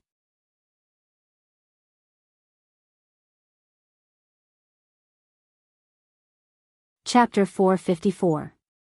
Please remember the domain name of this site. Or search on Baidu Frowny Face Somnian Literature website. In front of Li Yundong was a huge world. This world was so big that it was even bigger than the chaotic universe he had just been in. In the center of this world, there was an incomparably huge mountain. This mountain stood tall and majestic, connecting the heavens and the earth. The mountain stood on a black round wheel. Below the black round wheel was a golden round wheel. Below it was a red round wheel, and below it was a cyan round wheel. Outside this cyan round wheel was a vast void. The top and bottom of the mountain were large, but the center was small. A sun and moon hung on the mountainside at the same time. Beside the sun and moon, there were 4 skies that seemed to have been cut down, occupying the 4 sides of the mountainside. When Li Yundong saw this mountain, he was so shocked that he couldn't control himself. He suddenly thought of the Buddhist scriptures he had seen. He immediately remembered that the scene in front of him was recorded in the Buddhist scriptures. This mountain was Mount Meru, and these 4 skies were the 4 heavenly king heavens. Above the 4 heavenly king heavens were Haoli heavens, Yama heavens, Tusita heavens, Huala heavens, and free transformation heavens. Above them were the 18 heavens of the color realm and the 4 heavens of the colorless realm. At the root of Mount Meru, there were 7 layers of golden mountain and 7 layers of perfumed sea, surrounding it. Each layer of sea was surrounded by a mountain. Outside the 7th layer of Golden Mountain was the Alkali Sea, and outside the Alkali Sea was the Great Taiwei Mountain. There were 4 major continents around the Alkali Sea, namely, the Dongxing Divine Continent, the Nanzhangbu Continent, the Aparagodania Continent, and the North Continent. They were called the 4 heavens.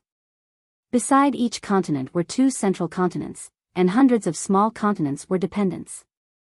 Li Yundong looked at the continents one by one and saw that there were 9 mountains and 8 seas in this world, 1 sun and 1 moon, for major continents, and 6 heavens. Li Yundong knew that this was the 3,000 great worlds mentioned in the Buddhist scriptures. While Li Yunyang was stunned, a dignified and solemn voice suddenly came from the sky of this world. Since you insist on your obsession, why don't you go to the Trichiliacosm to find your true self and your obsession? As long as you can find your true obsession and your true self, you can get out of this world. After listening to the voice, Li Yundong's mind moved, and his body immediately turned into a long rainbow. In the blink of an eye, he arrived at the mountainside of Mount Meru.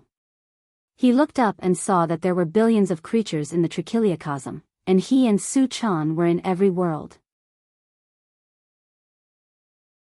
Li Yundong was shocked and thought, there are 3,000 worlds and 10 billion mortal worlds. How can I find them? How can I get out? When Li Yundong smashed the chaotic world and came to the trichiliocosm, he had no idea that he had been drawn into the spirit space of the burning thumb pot for a full day and night. In the evening, the little foxes, who had slaughtered a whole day's worth of customers from the tea house, returned home happily. The little foxes were still carelessly counting their gains for the day. They had no idea that their sect leader had been trapped in the spirit space of the magic treasure. It wasn't until the little foxes were hungry that they remembered something. Why hasn't the leader cooked yet? A little fox rubbed her stomach and shouted, "Madam, I'm starving. When will we eat?" At this time, Ling Yu suddenly had an idea and said to Su Chan, "By the way, Su. Madam, hurry up and ask the leader how to deal with the money. It would be great if it was like yesterday." Su Chan also felt very strange in her heart. She had never seen Li Yundong stay in his room all day without coming out. The little girl answered, stood up, and walked upstairs to the door of Li Yundong's room. She gently knocked on the door and asked tentatively, "Yundong, are you in there?" But after knocking for a while, there was still no response. Su Chan thought to herself, did he go out? The longer Li Yundong had been the leader of the Fox Zen school, the more dignified he had become. No one dared to open his door without permission. Only Su Chan, who had a special relationship with Li Yundong, dared to open the door and take a look. After Su Chan pushed the door open, she carefully poked her head in through the crack of the door. She glanced around the room and was immediately shocked. She saw Li Yundong sitting cross-legged on the floor of the room, holding the burning thumb pot in his hand. His whole body was soaked, and the expression on his face was changing. Sometimes he gritted his teeth, and sometimes he looked sad. Su Chan was shocked. She knew that this was a sign of Qigong deviation. She quickly opened the door and rushed toward Li Yundong. But when the little girl was about to touch Li Yundong, she immediately stopped. She knew that Li Yundong was in Qigong deviation at this time. If she rashly touched him, she would definitely harm him. Su Chan was so anxious that she was pacing around in circles, at a loss. At this time, Ling Yu, who had been waiting impatiently downstairs, came to the door and took a look inside. When she saw it, she suddenly exclaimed, "Oh no, the leader is in Qigong deviation." This shout was terrible. The little foxes downstairs suddenly panicked and rushed upstairs to see what was going on. Su Chan saw that they were rushing up like a swarm of 1,000 sparrows, chirping non-stop. She was afraid that they would disturb Li Yundong, so she immediately turned around and glared at them, which was rare for her. She said sternly, "Why are you making so much noise? Be quiet." The little foxes were used to playing with Su Chan, so they had never seen her so angry. Especially at this time, when they saw the fierce look in Su Chan's eyes, the little foxes were so scared that they didn't dare to speak again. At this moment, the little foxes clearly noticed one thing: although Su Chan was usually playful, innocent, and kind, if it was related to Li Yundong, she could also be ruthless. Su Chan's fierceness was only for a moment. After stabilizing the situation, she quickly returned to her usual self. The little girl knew that at this time, Zhou Qin had gone out to build the Zhuji phase, and Zi Yuan and Wan Hongling were accompanying her. As the leader, Li Yundong was in the predicament of Qigong deviation. Except for the two remaining Shirbas, Zhuang Yiting and Lu Yuehong, there was no one in the whole Fox Zen school who could make decisions. Su Chan subconsciously thought of her Shirbua. She drove the little foxes out of the door and carefully closed the door of Li Yundong's room. She asked anxiously, "Where are Shirbua Zhuang Yiting and Shirbua Lu Yuehong? They may be able to help. Go and find them." Some of the little foxes immediately ran to Zhuang Yiting and Lu Yuehong's room. They didn't knock on the door and pushed it open, but as soon as they entered, they came out disappointed. "They're not here." Su Chan's heart skipped a beat. "They're not here?" The little foxes nodded at the same time. "No." Su Chan couldn't help frowning. "Where are they at this time? Why isn't anyone here?" Ling Yu also stamped her feet and said, "I'm so worried." What's wrong with the leader? What should we do? At this time, all the people who could make decisions were gone, and the little foxes all looked at Su Chan. When Su Chan saw them looking at her, she suddenly felt the pressure increase, but she knew that in the current situation, she couldn't shirk her responsibility like she had in the tea house. Su Chan took a deep breath, and her charming face showed an unprecedented calmness. She said, "Don't worry, everyone. At present, Yundong is very likely to have failed in the process of subduing the magical item, and his divine sense is trapped in it. At this time, none of us can help him. We can only wait quietly for him to break out of the trap. At this time, what we have to do is take good care of ourselves, don't cause trouble for Yundong, and don't disturb him." The little foxes all looked at Su Chan eagerly, as if they felt that this little girl, who was usually carefree, had grown up a lot. She actually had the demeanor of a real boss in her speech and behavior, and she could control the situation. The little foxes all felt that Su Chan's words were reasonable and nodded one after another. Ling Yu frowned and sighed softly. Why is our Fox Zen school so troubled? It's not easy for us to have a good leader, but we've encountered such a dangerous thing. I really hope that the leader can get through this without any danger. If he can really get through this, I will eat vegetarian food and pray to Buddha every day in the future. As soon as she said this, the other little foxes also agreed in unison, yes, if the leader can get through this, we will also offer incense to Buddha. Su Chan forced a smile and said, "What's the use of thanking Buddha after he's saved? This is worse than making a last-minute effort." As she said this, she knelt down, put her palms together, faced the west, and murmured, "Buddha, Buddha, the Grand Master of our Fox Zen school, Pan Shi, was enlightened by Zen Master Baizhang and became an immortal. Our sect has some fate with Buddhism. For the sake of this little bit of fate, please save Yundong. From now on, Su Chan will continue to worship Buddha." After that, the little girl's pretty face was full of sincerity and solemnity. She put her palms together and recited the Great Compassion Mantra. Avalokitesvara Bodhisattva said, "World-honored one, if all living beings recite the Great Compassion Mantra and fall into the three evil paths, I swear that I will not be enlightened and recite the Great Compassion Mantra. If all living beings are not born in the Buddhist kingdom, I swear that I will not be enlightened and recite the Great Compassion Mantra. If all living beings are not born in the Buddhist kingdom, I swear that I will not be enlightened and recite the Great Compassion Mantra. If all living beings are not born in Samadhi, I swear that I will not be enlightened." The little foxes next to her were infected by Su Chan's piety. They all knelt down beside her, put their palms together, and chanted the Great Compassion Mantra in unison.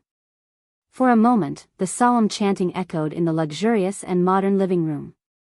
It came from the open balcony window next to the living room and drifted far away, lingering for a long time. The chanting went on for the whole night. It wasn't until dawn the next day that Su Chan slowly opened her eyes and stopped chanting the scriptures. She looked back and saw that the little foxes had fallen asleep in the living room. It was obvious that they were tired after chanting all night and had fallen asleep one after another. Su Chan got up carefully without disturbing them. She carefully went to Li Yundong's room, opened the door, and took a look. She saw that Li Yundong's expression was still changing, but he was no longer sweating. It could be seen that the Jinshi in his body had slowly calmed down and was no longer rushing as fiercely as before. Su Chan put her palms together in surprise and sighed silently in her heart, "Thank Buddha for his blessing. Yundong's situation has not worsened. It seems that chanting sutras is still useful. Today, I will recite sutras for Yundong all night." Thinking of this, the little girl didn't feel tired. Instead, she felt refreshed and her heart was full of enthusiasm and motivation. In the little girl's opinion, as long as she continued chanting sutras like this, Yundong would break out of seclusion sooner or later. But what Su Chan didn't know was that Li Yundong had been trapped for a full 18 days. To quickly find this website, please search on Baidu, Somnian Literature website.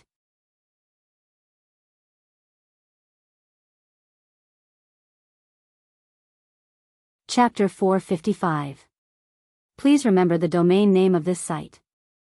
Or search on Baidu, Somlian literature website. While Li Yundong was trapped in the tracheochasm, Zhou Qin, who had been trudging all the way, finally entered Tibet.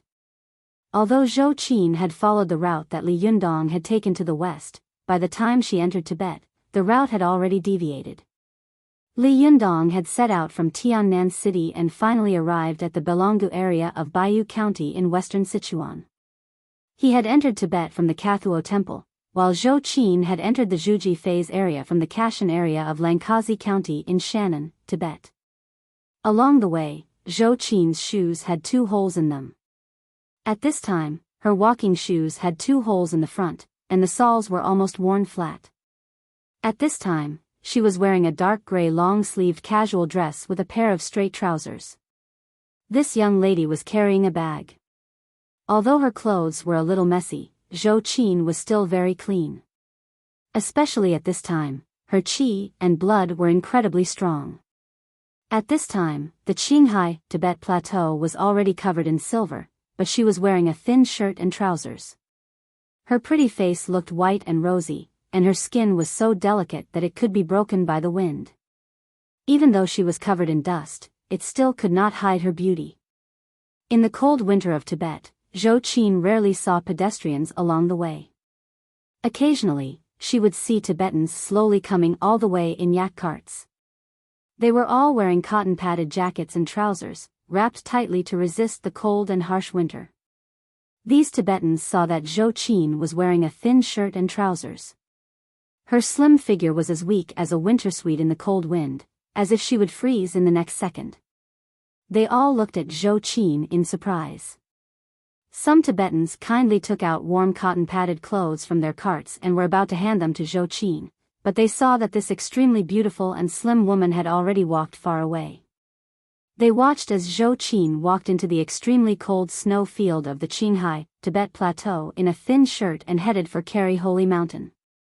Her speed was simply not that of a mortal. They all turned over and got out of the car in shock.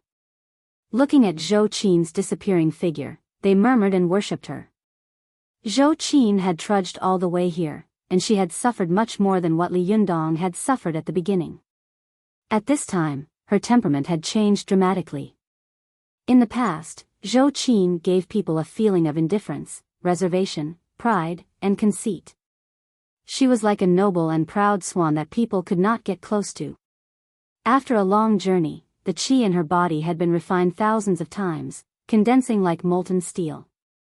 When it surged, it was as vigorous and blazing as lava. When it solidified, it was as hard and indestructible as pig iron. There was an indomitable fortitude between her eyebrows, like a peerless sword that was about to be unsheathed and would ring at any time. Ruan Hongling and Zi Yuan, who had been following Zhou Qin from afar along the way, were both staring at Zhou Qin. Although they had not observed Zhou Qin up close, they could feel that the powerful energy contained in Zhou Qin's body was no less than that of Li Yunyang. At this time, Zhou Qin had not yet reached the Zhuji phase, so she did not know how to hide or restrain her strength. Therefore, wherever she went, there were thick clouds above her head. There seemed to be a pair of majestic eyes hidden in the clouds, staring at her every move. Ruan Hongling looked at Zhou Qin's figure and couldn't help but sigh. I didn't expect her to persist all the way. It's incredible. I saw her crying secretly at night a few times. At that time, I thought she would give up, but I didn't expect that she would insist on going on the road again the next day. For a daughter of a rich family like her, this is really rare. Amazing, really amazing. Zi Yuan also sighed with a smile. Yes, the fragrance of plum blossoms comes from the bitter cold, and the edge of the sword is sharpened. This sword is about to be sharpened to the world. Ruan Hongling looked at Zhou Qin enviously. I really envy her. She is a good furnace, a good opportunity, a good master, good luck, and a good temperament. She was born to be a cultivator. However, Zi Yuan shook her head slightly and said solemnly to Ruan Hongling, No, Hongling, no one in this world is born to cultivate. If Zhou Qin did not have this perseverance, it would have been impossible for her to persist on the road to Zhuji phase. Even you have not experienced the arduous cultivation of trekking 2,000 kilometers to Tibet. Ruan Hongling snorted and said with some dissatisfaction, if I wanted Renyuan Jindan, I could do it too. Zi Yuan glared at Ruan Hongling and was about to scold her when she suddenly saw Ruan Hongling's eyes widen. She pointed to Zhou Qin's voice in the distance and said, look, what's wrong with her? Zi Yuan looked in the direction of her finger and saw that at this time, Zhou Qin was standing in the endless snowfield like a statue, motionless. After a long time, her body moved slightly, as if she had reluctantly sat down cross-legged. As soon as she sat down, she seemed to have entered a meditative state and was motionless. Ruan Hongling said in surprise, is she going to Zhuji phase now? Zi Yuan frowned. She bit her lip gently and said in a deep voice, damn it, Zhou Qin is a Xianin virgin furnace. There is Xianin qi and Yuanyang qi in her body. She is also a reconstructed body of Jindan. It can be said that she has the most perfect cultivation conditions in cultivation, but she doesn't know how to control her qi. At this time, the qi in her body is boiling and uncontrollable, forcing her to build the Zhuji phase here. Ruan Hongling smiled bitterly. No way. It's not easy to get to the foot of the holy mountain, and she's actually going to Zhuji phase? What's the difference between this and a pregnant woman who is about to go to the hospital and her water breaking? Zi Yuan found Ruan Hongling's analogy interesting. She couldn't help but smile bitterly and say, although your words are a little vulgar, the analogy is very appropriate. For us cultivators, Zhuji phase is indeed like giving birth to a child. Ordinary people give birth to children, but we produce Niden in our dantian. Moreover, you don't know when Niden will suddenly jump out. Ruan Hongling asked Zi Yuan, what should we do now? It's not a good thing for Zhou Qin to build the Zhuji phase on this vast plateau. What if someone suddenly comes and disturbs her at this time? Zi Yuan sighed helplessly. We can only protect her from being attacked by bad people along the way, but we can't interfere with her cultivation. Even if she fails to build the Zhuji phase, we can't interfere. Otherwise, once she understands that someone will protect her on the way to the Zhuji phase, she will subconsciously develop a sense of dependence. Once a cultivator develops this kind of dependence, she will be crippled. She will never be able to build the Zhuji phase again in this life. Ruan Hongling was shocked. Then are we just going to watch her build the Zhuji phase here? Zi Yuan sighed and said, there's no other way. This is her fate. Let's see if she can succeed in building the Zhuji phase. Even if she fails, she can do it again. The two of them looked at Zhou Qin worriedly. Although they were not very close to Zhou Qin, they had seen her struggle along the way, and they didn't want her to fail at this last moment. At this time, Zhou Qin's heart was also full of helplessness. She had wanted to climb to the mountainside of the snowy mountain in front of her and build the Zhuji phase like Li Yundong. But she hadn't expected that as soon as she climbed the vast snowy plateau, she would feel her heart open up.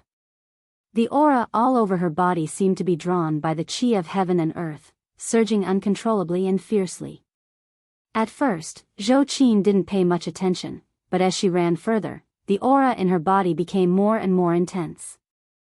In the end, Zhou Qin clearly felt that the aura all over her body was like a big vortex, crazily rushing toward the lower dantian of her lower abdomen. It was as if there was an extra whirlpool there, and the center of the whirlpool was the place where Niden was about to be formed. Although the environment was not good at this time, Zhou Qin did not dare to hold on anymore. She knew that if she did, all the meridians in her body would explode. She did not dare to be careless. She immediately sat down cross-legged and fell into a deep meditation. Just as Zhou Qin was in meditation, it suddenly began to snow. The flying snow on the Qinghai, Tibet plateau was as big as a goose feather. In just a short while, Zhou Qin's body seemed to be covered with a thick layer of white felt. But at this time, the aura in Zhou Qin's body was flowing. A stream of cold Xianing qi rushed from her left kidney to her lower dantian, and another stream of hot yuanyang qi rushed from her right kidney to her lower dantian. When the two auras collided, they immediately vibrated and rubbed against each other, producing a blazing aura. Gradually, Zhou Qin could feel that this aura was getting stronger and hotter. There seemed to be an invisible fireball rolling quickly in her lower abdomen. The heat continued to evaporate and quickly melted the snow on Zhou Qin's body. However, when the snow turned into water and slid down her body, new flying snow covered it again. In this way, the snow melted and piled up repeatedly. Soon, a thin layer of ice formed on Zhou Qin's body, and her whole body was like a sculpture covered in ice armor. Ziyuan and Ruan Hongling in the distance were worried. Ziyuan frowned and said, "Oh no, Zhou Qin should find a place to take shelter from the wind and snow. The true fire in her body is too strong, and it is constantly melting the snow, causing the cold qi to penetrate her body through her pores. Even if she can successfully build the Zhuji phase, there will be a lot of moisture and cold qi left, which will be detrimental to her future cultivation. Building the Zhuji phase like this is not worth it." Ruan Hongling was also worried and said, "Sister Ziyuan, shall we go and interrupt her Zhuji phase? I'd rather let her fail this time than leave a root of her illness." "No. I'd rather leave a root of her illness than let her develop a dependence from now on." Ziyuan gritted her teeth and shouted resolutely, "It's easy to cure external diseases, but difficult to cure internal diseases." Ruan Hongling looked at Zhou Qin and sighed with a wry smile. "I originally thought that this girl had always been lucky, but I didn't expect such a thing to happen at such a critical moment. Alas." While she was sighing with emotion, she suddenly heard a melodious and sweet song coming from the white snowfield. "First, it's best not to see each other, so that we won't fall in love.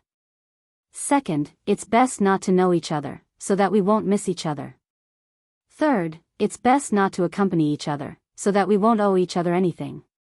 Fourth, it's best not to cherish each other, so that we won't remember each other. Fifth, it's best not to love each other, so that we won't abandon each other." This song was sung by a woman. Her voice was clear and melodious like a silver bell, and it was beautiful like the flowing water at the foot of the Tangula Mountains. Especially this song revealed a strand of dense yearning and pain of yearning, and it was melancholic and sorrowful, causing the hearts of those who heard it to fluctuate and be moved. Ziyuan and Ruan Hongling hadn't expected that such a moving song would suddenly come from the vast snowfield of Qinghai, Tibet. They suddenly felt as if a thin string had been gently plucked in their hearts, and they were a little dazed for a moment.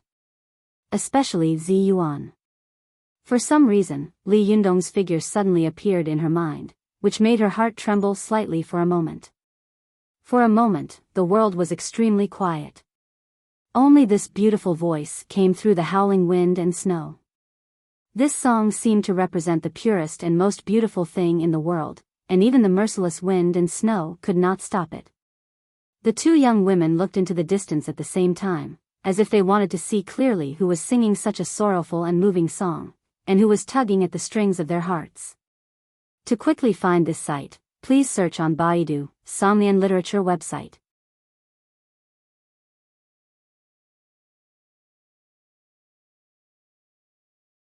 Chapter 456. Go to Canwang.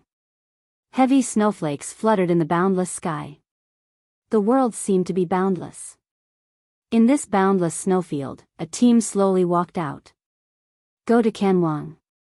Most of the team was made up of wooden carts pulled by yaks and extremely cold-resistant highland horses.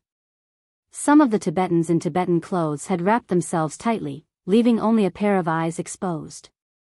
Some old Tibetans were sitting on wooden carts pulled by yaks, turning the prayer wheel and walking slowly all the way. In this team, there was a girl riding on a yak. Although the snowstorm was very heavy at this time, she was still singing to her heart's content, as if she wanted the wind and snow to send her voice far, far away, all the way to the ears of her lover, bringing her pain of longing and lovesickness. None of the Tibetans in this team spoke. They all seemed to be quietly listening to the girl's singing. Everyone's face was full of emotion and remembrance, as if they were recalling their own emotional memories. When the team was not far from Zhou Qin, the leading Tibetan suddenly shouted, "Changbajila, look, look! There seems to be someone." The leading Tibetan was Uncle Changbajila, who Li Yundong had saved when he was in the Zhuji phase. At this time, he was returning from the Kari Holy Mountain with his clansmen, but they met Li Yundong's disciple, Zhou Qin, on the way back. When Changbajila heard the shouts of his clansmen, he took a closer look and saw a figure sitting cross-legged on the side of the road. Her whole body was frozen and she was motionless. Changbajila sighed softly and said, "I'm afraid she's frozen to death." By the time he had finished speaking, the girl who was singing had already stopped singing. She spurred her horse to stand in front of Changbajila. Her delicate face was full of sorrow, and there was a touch of haggardness in her big, watery eyes. The girl was Meiduo. She asked softly, "Changbajila, what's wrong?" Changbajila raised his horsewhip, pointed at Zhou Qin on the side of the road, and sighed. "Poor thing, she's frozen to death." As he spoke, he turned around and shouted at his clansmen, "Go and carry him into the carriage. When the snow stops, we'll find a good place to bury him." Meiduo curiously looked at the frozen passerby by the roadside. She saw that the passerby was dressed differently from the Tibetans. He looked like a Han from the mainland. Ever since Meiduo had met Li Yundong and fallen in love with him, she had developed a special affection for the Han people. She grabbed Changbajila and whispered, "Changbajila, let me go. Maybe this Han brother is not dead yet." Changbajila looked at Meiduo. He seemed to know what she was thinking, so he couldn't help but sigh to himself. He thought to himself, "Are you kidding me? In this world of ice and snow, wearing such little clothes can freeze people to death in less than 5 minutes, let alone with such a thick layer of ice all over her body?" However, Changbajila still stopped Meiduo and said, "Well, Meiduo, go and have a look. But be careful not to touch the ice with your hands, or you'll freeze." Meiduo smiled slightly and said, "Changbajila, I know. I'm not a child anymore." Changbajila looked at Meiduo and couldn't help but sigh in a low voice. "Alas, you are indeed not a child. Our Meiduo's heart is no longer in the snow mountain." Meiduo rode her horse forward to Zhou Qin's side. She jumped down gently and bent down to take a look. What she saw shocked her. She saw that the person wearing a layer of ice armor turned out to be a beautiful Han sister. What surprised her even more was that although this woman's whole body had been frozen, her cheeks were still rosy. This Han sister is really still alive? Meiduo was shocked. She subconsciously reached out and gently probed the woman's nose. However, she found that the woman was not breathing at all. Meiduo couldn't help but be confused again. She thought to herself, what's going on? If she's frozen to death, how can her face still be so rosy? But if she's still alive, why isn't she breathing? Not far away, Changbajila saw that Meiduo was staring at Zhou Qin in a daze and didn't respond. He couldn't help shouting, "Meiduo, what's going on?" Meiduo turned her face and shouted, "Changbajila, I don't know either. This Han sister doesn't seem to be dead, but she seems to be dead again." Changbajila couldn't help laughing. "Meiduo, you silly child. How can a person seem to be dead and not dead at the same time? If she's dead, she's dead. If she's not dead, she's not dead." With a strange look on her face, Meiduo shouted, "Changbajila, come and see for yourself." Changbajila smiled and shook his head. He spurred his horse forward, turned over, and took a look. Even though he was experienced and knowledgeable, he couldn't help but be shocked. He exclaimed, "This is really strange." Changbajila also probed Zhou Qin's nose with his hand and became even more shocked. What's going on? Why is her face obviously rosy, but she's not breathing? Meiduo looked at Zhou Qin curiously. She stared intently for a while and found that the blood vessels under the delicate white skin of Zhou Qin's neck seemed to be moving slightly. Meiduo suddenly exclaimed, she's still alive. I can see her blood vessels beating. After that, Meiduo reached out to touch Zhou Qin's face, as if she wanted to confirm her words. But as soon as Meiduo's hand touched Zhou Qin, her whole body shook.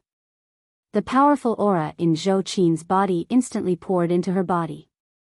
Meiduo's whole body suddenly shook, just like how Zhou Qin had touched Li Yundong, who was in the process of building the Zhuji phase. She was pulled into Zhou Qin's spirit space. In a trance, Meiduo felt that she was in a bustling modern metropolis. She was like a bystander, looking through Zhou Qin's experience from childhood to adulthood, watching the growth of this rich girl bit by bit. Meiduo had watched Zhou Qin grow up from an eccentric and stubborn child to a proud and conceited young lady. She had also watched Zhou Qin meet Li Yundong on campus, who had confessed his love for her, and Zhou Qin had rejected him without any consideration for his feelings. At first, Meiduo had thought that Li Yundong, who had not yet obtained the Renyuan Jin Dan, looked familiar. She hadn't recognized that this loser, who had been a little fat before, was her Han brother. But when Meiduo saw Li Yundong, who had taken the Renyuan Jin Dan and had been reborn, she couldn't help but exclaim in her heart, "Ah, this is the Han brother. Why is he here? Does this Han sister also know the Han brother? Ah, by the way, the Han brother once told me that he used to love a girl deeply. Is this Han sister the girl he loved deeply? Is her name Su Chan?" For Meiduo, Su Chan was really an unforgettable name. It was for this girl that the Han brother had finally rejected her. With this question in mind, Meiduo continued to quietly watch the scenes that flashed quickly in Zhou Qin's spirit space. She looked at the bits and pieces of Li Yundong in the depths of Zhou Qin's memory. She watched as the boy was sometimes majestic and sometimes humorous. Sometimes, Meiduo admired and yearned for him. Sometimes, she was amused and giggled, trembling with laughter. It turns out that the Han brother is such an interesting person. Meiduo looked at everything in front of her with a smile on her face. She couldn't help but feel tenderness in her heart. She murmured in a daze, "I really envy this Han sister for being so happy with the Han brother." But soon, Meiduo discovered that in Zhou Qin's memory, there was always another girl by Li Yundong's side. This girl was extremely beautiful, so beautiful that even women were envious and jealous of her. She always snuggled up to Li Yundong like a little bird, incomparably affectionate. When Meiduo saw this, she couldn't help but wonder in her heart, is this Han sister not Su Chan? Is this extremely beautiful girl the Han sister? Soon, Meiduo saw Li Yundong mobilize heavenly thunder to strike young Master He angrily, especially when he said, "If heaven doesn't take you, I will." The girl's eyes were filled with tears, and she was so excited that she couldn't control herself.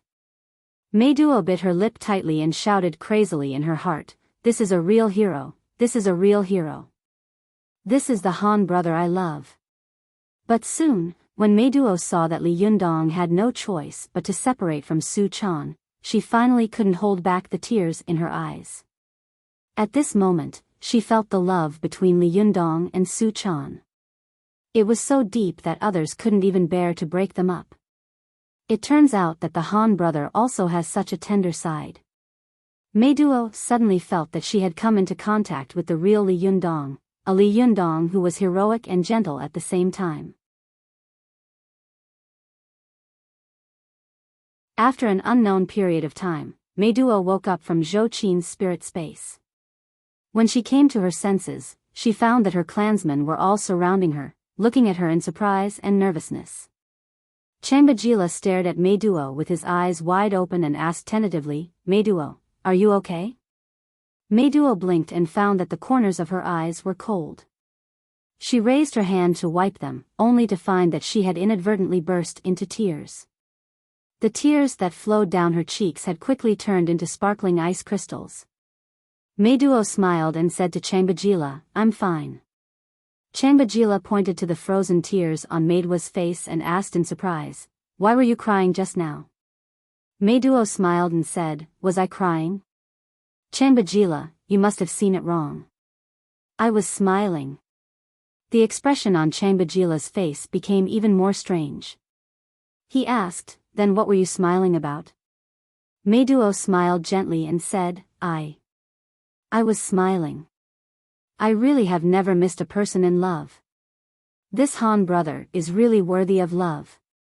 Hearing this, Changbajila smiled bitterly in his heart. This Meiduo is really crazy. She is beyond cure. Her soul has been taken away by the Han brother. Even the living Buddha can't call her soul back now. Meiduo said in a daze, "Changbajila, I've decided. I'm going to Tiannan City to find him. I'm going to his school." Changbajila smiled bitterly and said, "Meiduo, you've said this to Shuashan Mountain and God of Heaven 10,000 times. What can you do even if you go to him? Don't tell me you want to separate him and his lover." "Nothing.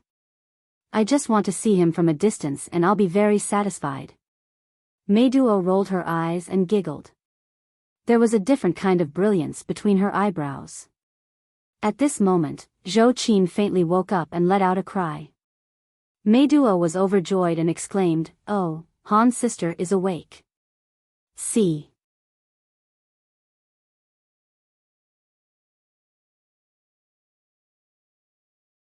Chapter 457. Go to watch net. When Meiduo saw that Zhou Qin had woken up, she cheered in surprise. The surrounding Tibetans also gathered around curiously and couldn't help sighing. It's really a blessing from God. She actually came back to life. Changbajila turned around and waved his hand, shouting, "Quick, bring the Highland barley wine. Let her drink some to warm her body." Go to watch net. 7 KOM.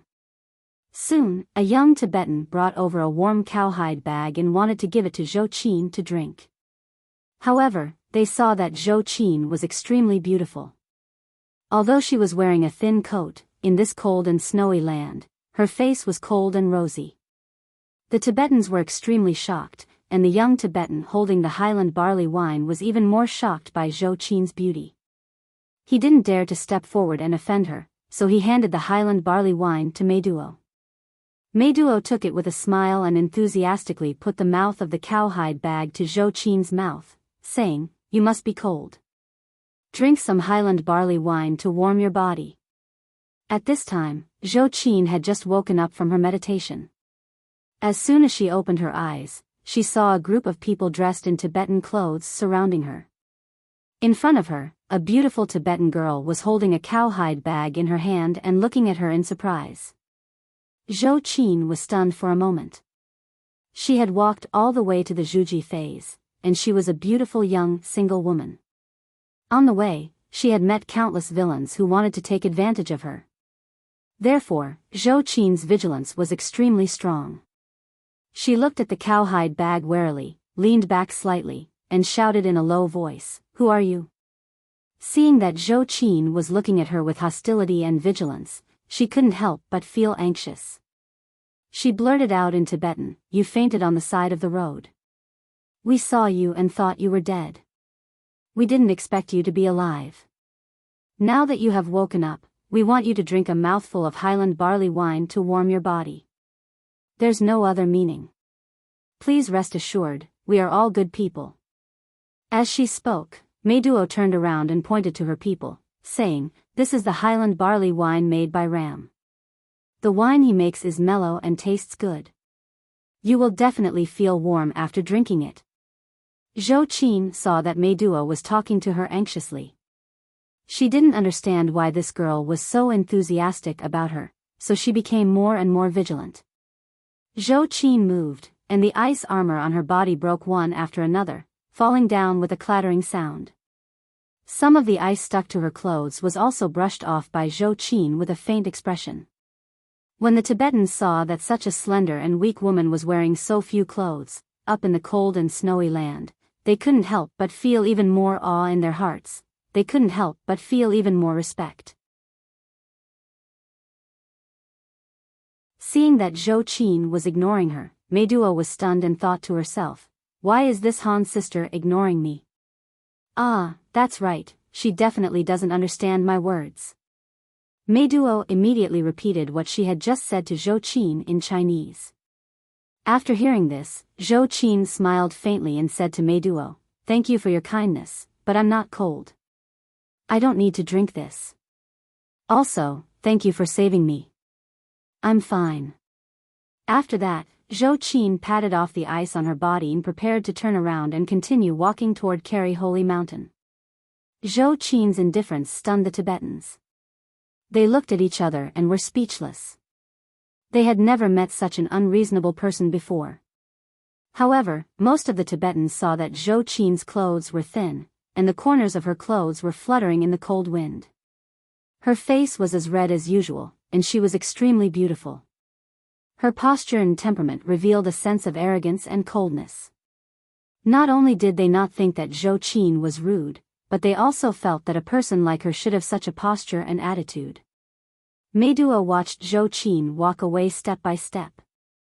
She stood there for a long time with the Highland barley wine in her hand. It was not until Zhou Qin's figure slowly disappeared into the wind and snow that she couldn't help shouting in Chinese, "Sister, do you know Li Yundong?" This shout immediately stopped Zhou Qin's figure.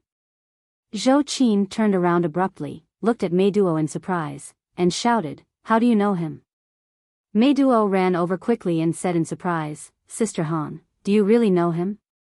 What's your name?" Zhou Qin frowned slightly and didn't answer. Instead, she asked, "What's your name?" Meiduo didn't care about Zhou Qin's attitude. She said with a smile, "My name is Meiduo. What about you?" When Zhou Qin heard this name, she was stunned. She immediately remembered that Li Yundong had once mentioned Meiduo, a girl from the Tibetan family, when they were chatting. However, she also knew that many Tibetan people had similar names, so she didn't dare to be careless. She asked with a smile, "How do you know Li Yundong?" When Meiduo heard her mention Li Yundong, she couldn't help but show a trace of tenderness in the corners of her eyes. She said softly, "When I first saw him, I only thought that he was dirty and sloppy. By the way, he also saved Chambajila's life." Hearing this, Zhou Qin no longer had any doubts. The vigilance on her face disappeared, and a smile appeared on her face. "So it's you. I've heard of you." Meiduo couldn't help but clap her hands and say with a smile, "Do you really know him?" "Oh, what a coincidence." As she said this, Meiduo turned around and waved at Chambajila. "Chambajila, this Han's sister really knows Li Yundong. Come here quickly." Chambajila immediately walked over to Zhou Qin and said with joy, "Han's sister, who are you to Li Yundong? Are you his girlfriend?" A trace of sadness flashed across Zhou Qin's eyes. She formed a palm with one hand, made a Taoist salute, and said, "Amitba, I am his disciple." Chambajila was stunned for a moment, but he quickly smiled again and said, "No wonder, no wonder. Last time I saw him fight with amazing skills, I thought that he was definitely not an ordinary person. I didn't expect it to be like this. Today, when I saw you, I realized that you Han people say, a great teacher produces a great disciple. This sentence really makes sense. Only someone as capable as him can teach such a powerful disciple like you."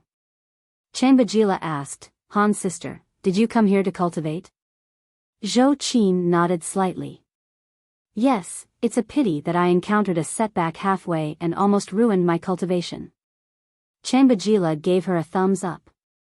"I've lived for decades, but this is the first time I've seen a young and beautiful girl like you who dares to go out alone.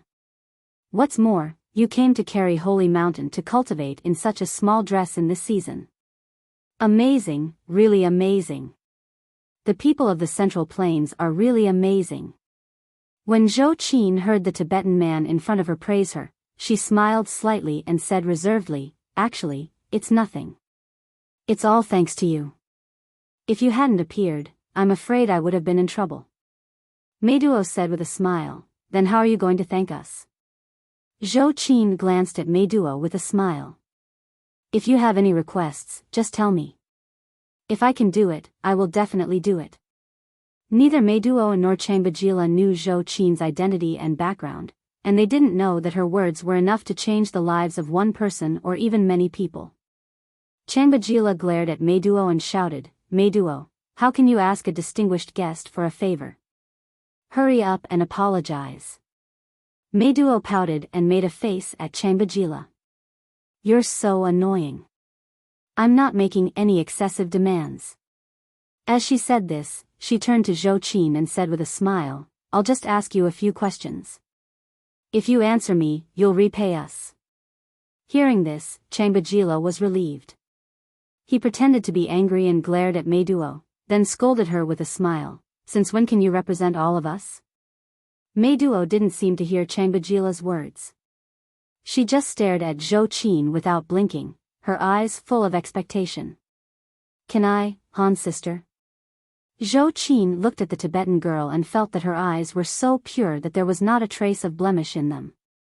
They were like the holy Namso Lake, so clear that one could almost see to the bottom at a glance.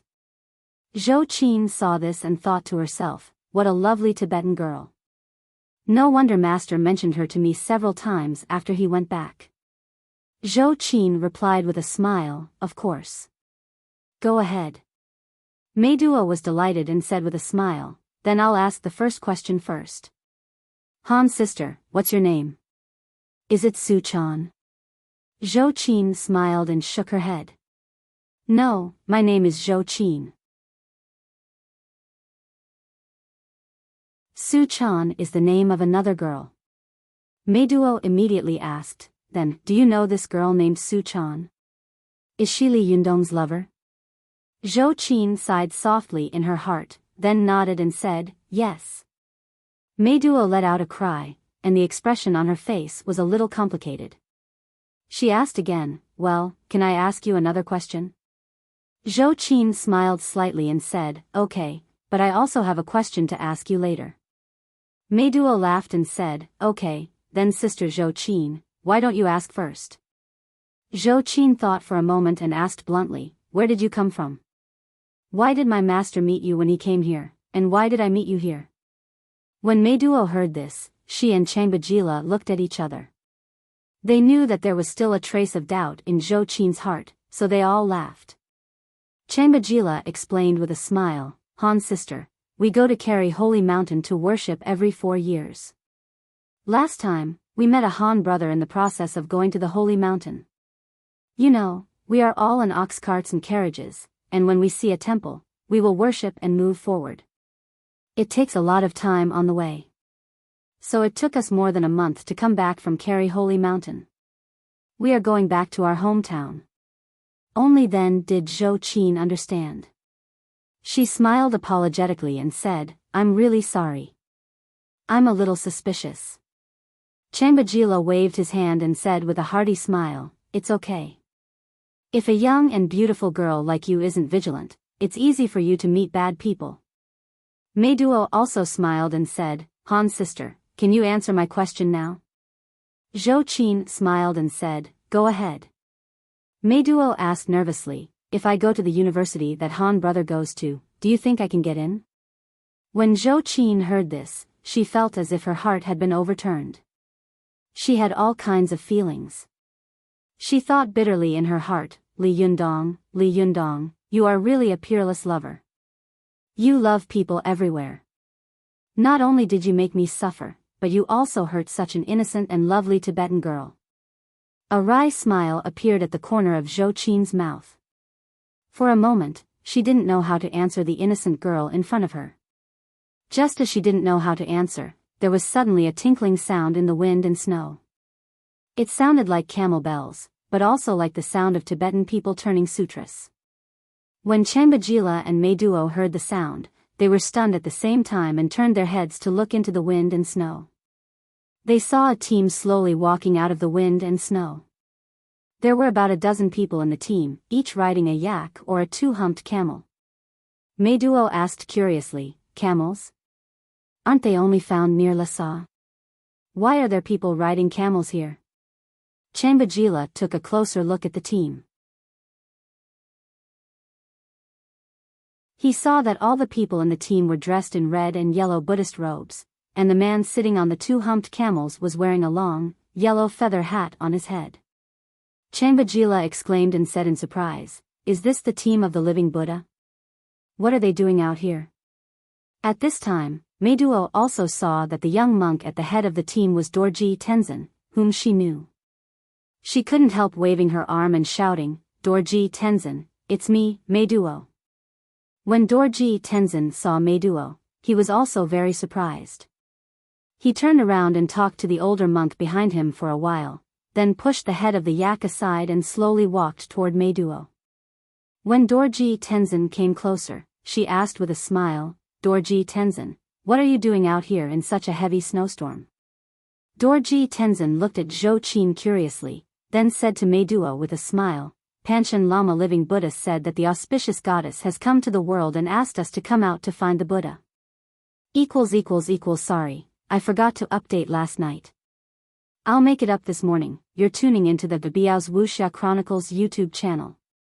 Don't forget to subscribe and join us on this journey to catch the most captivating stories.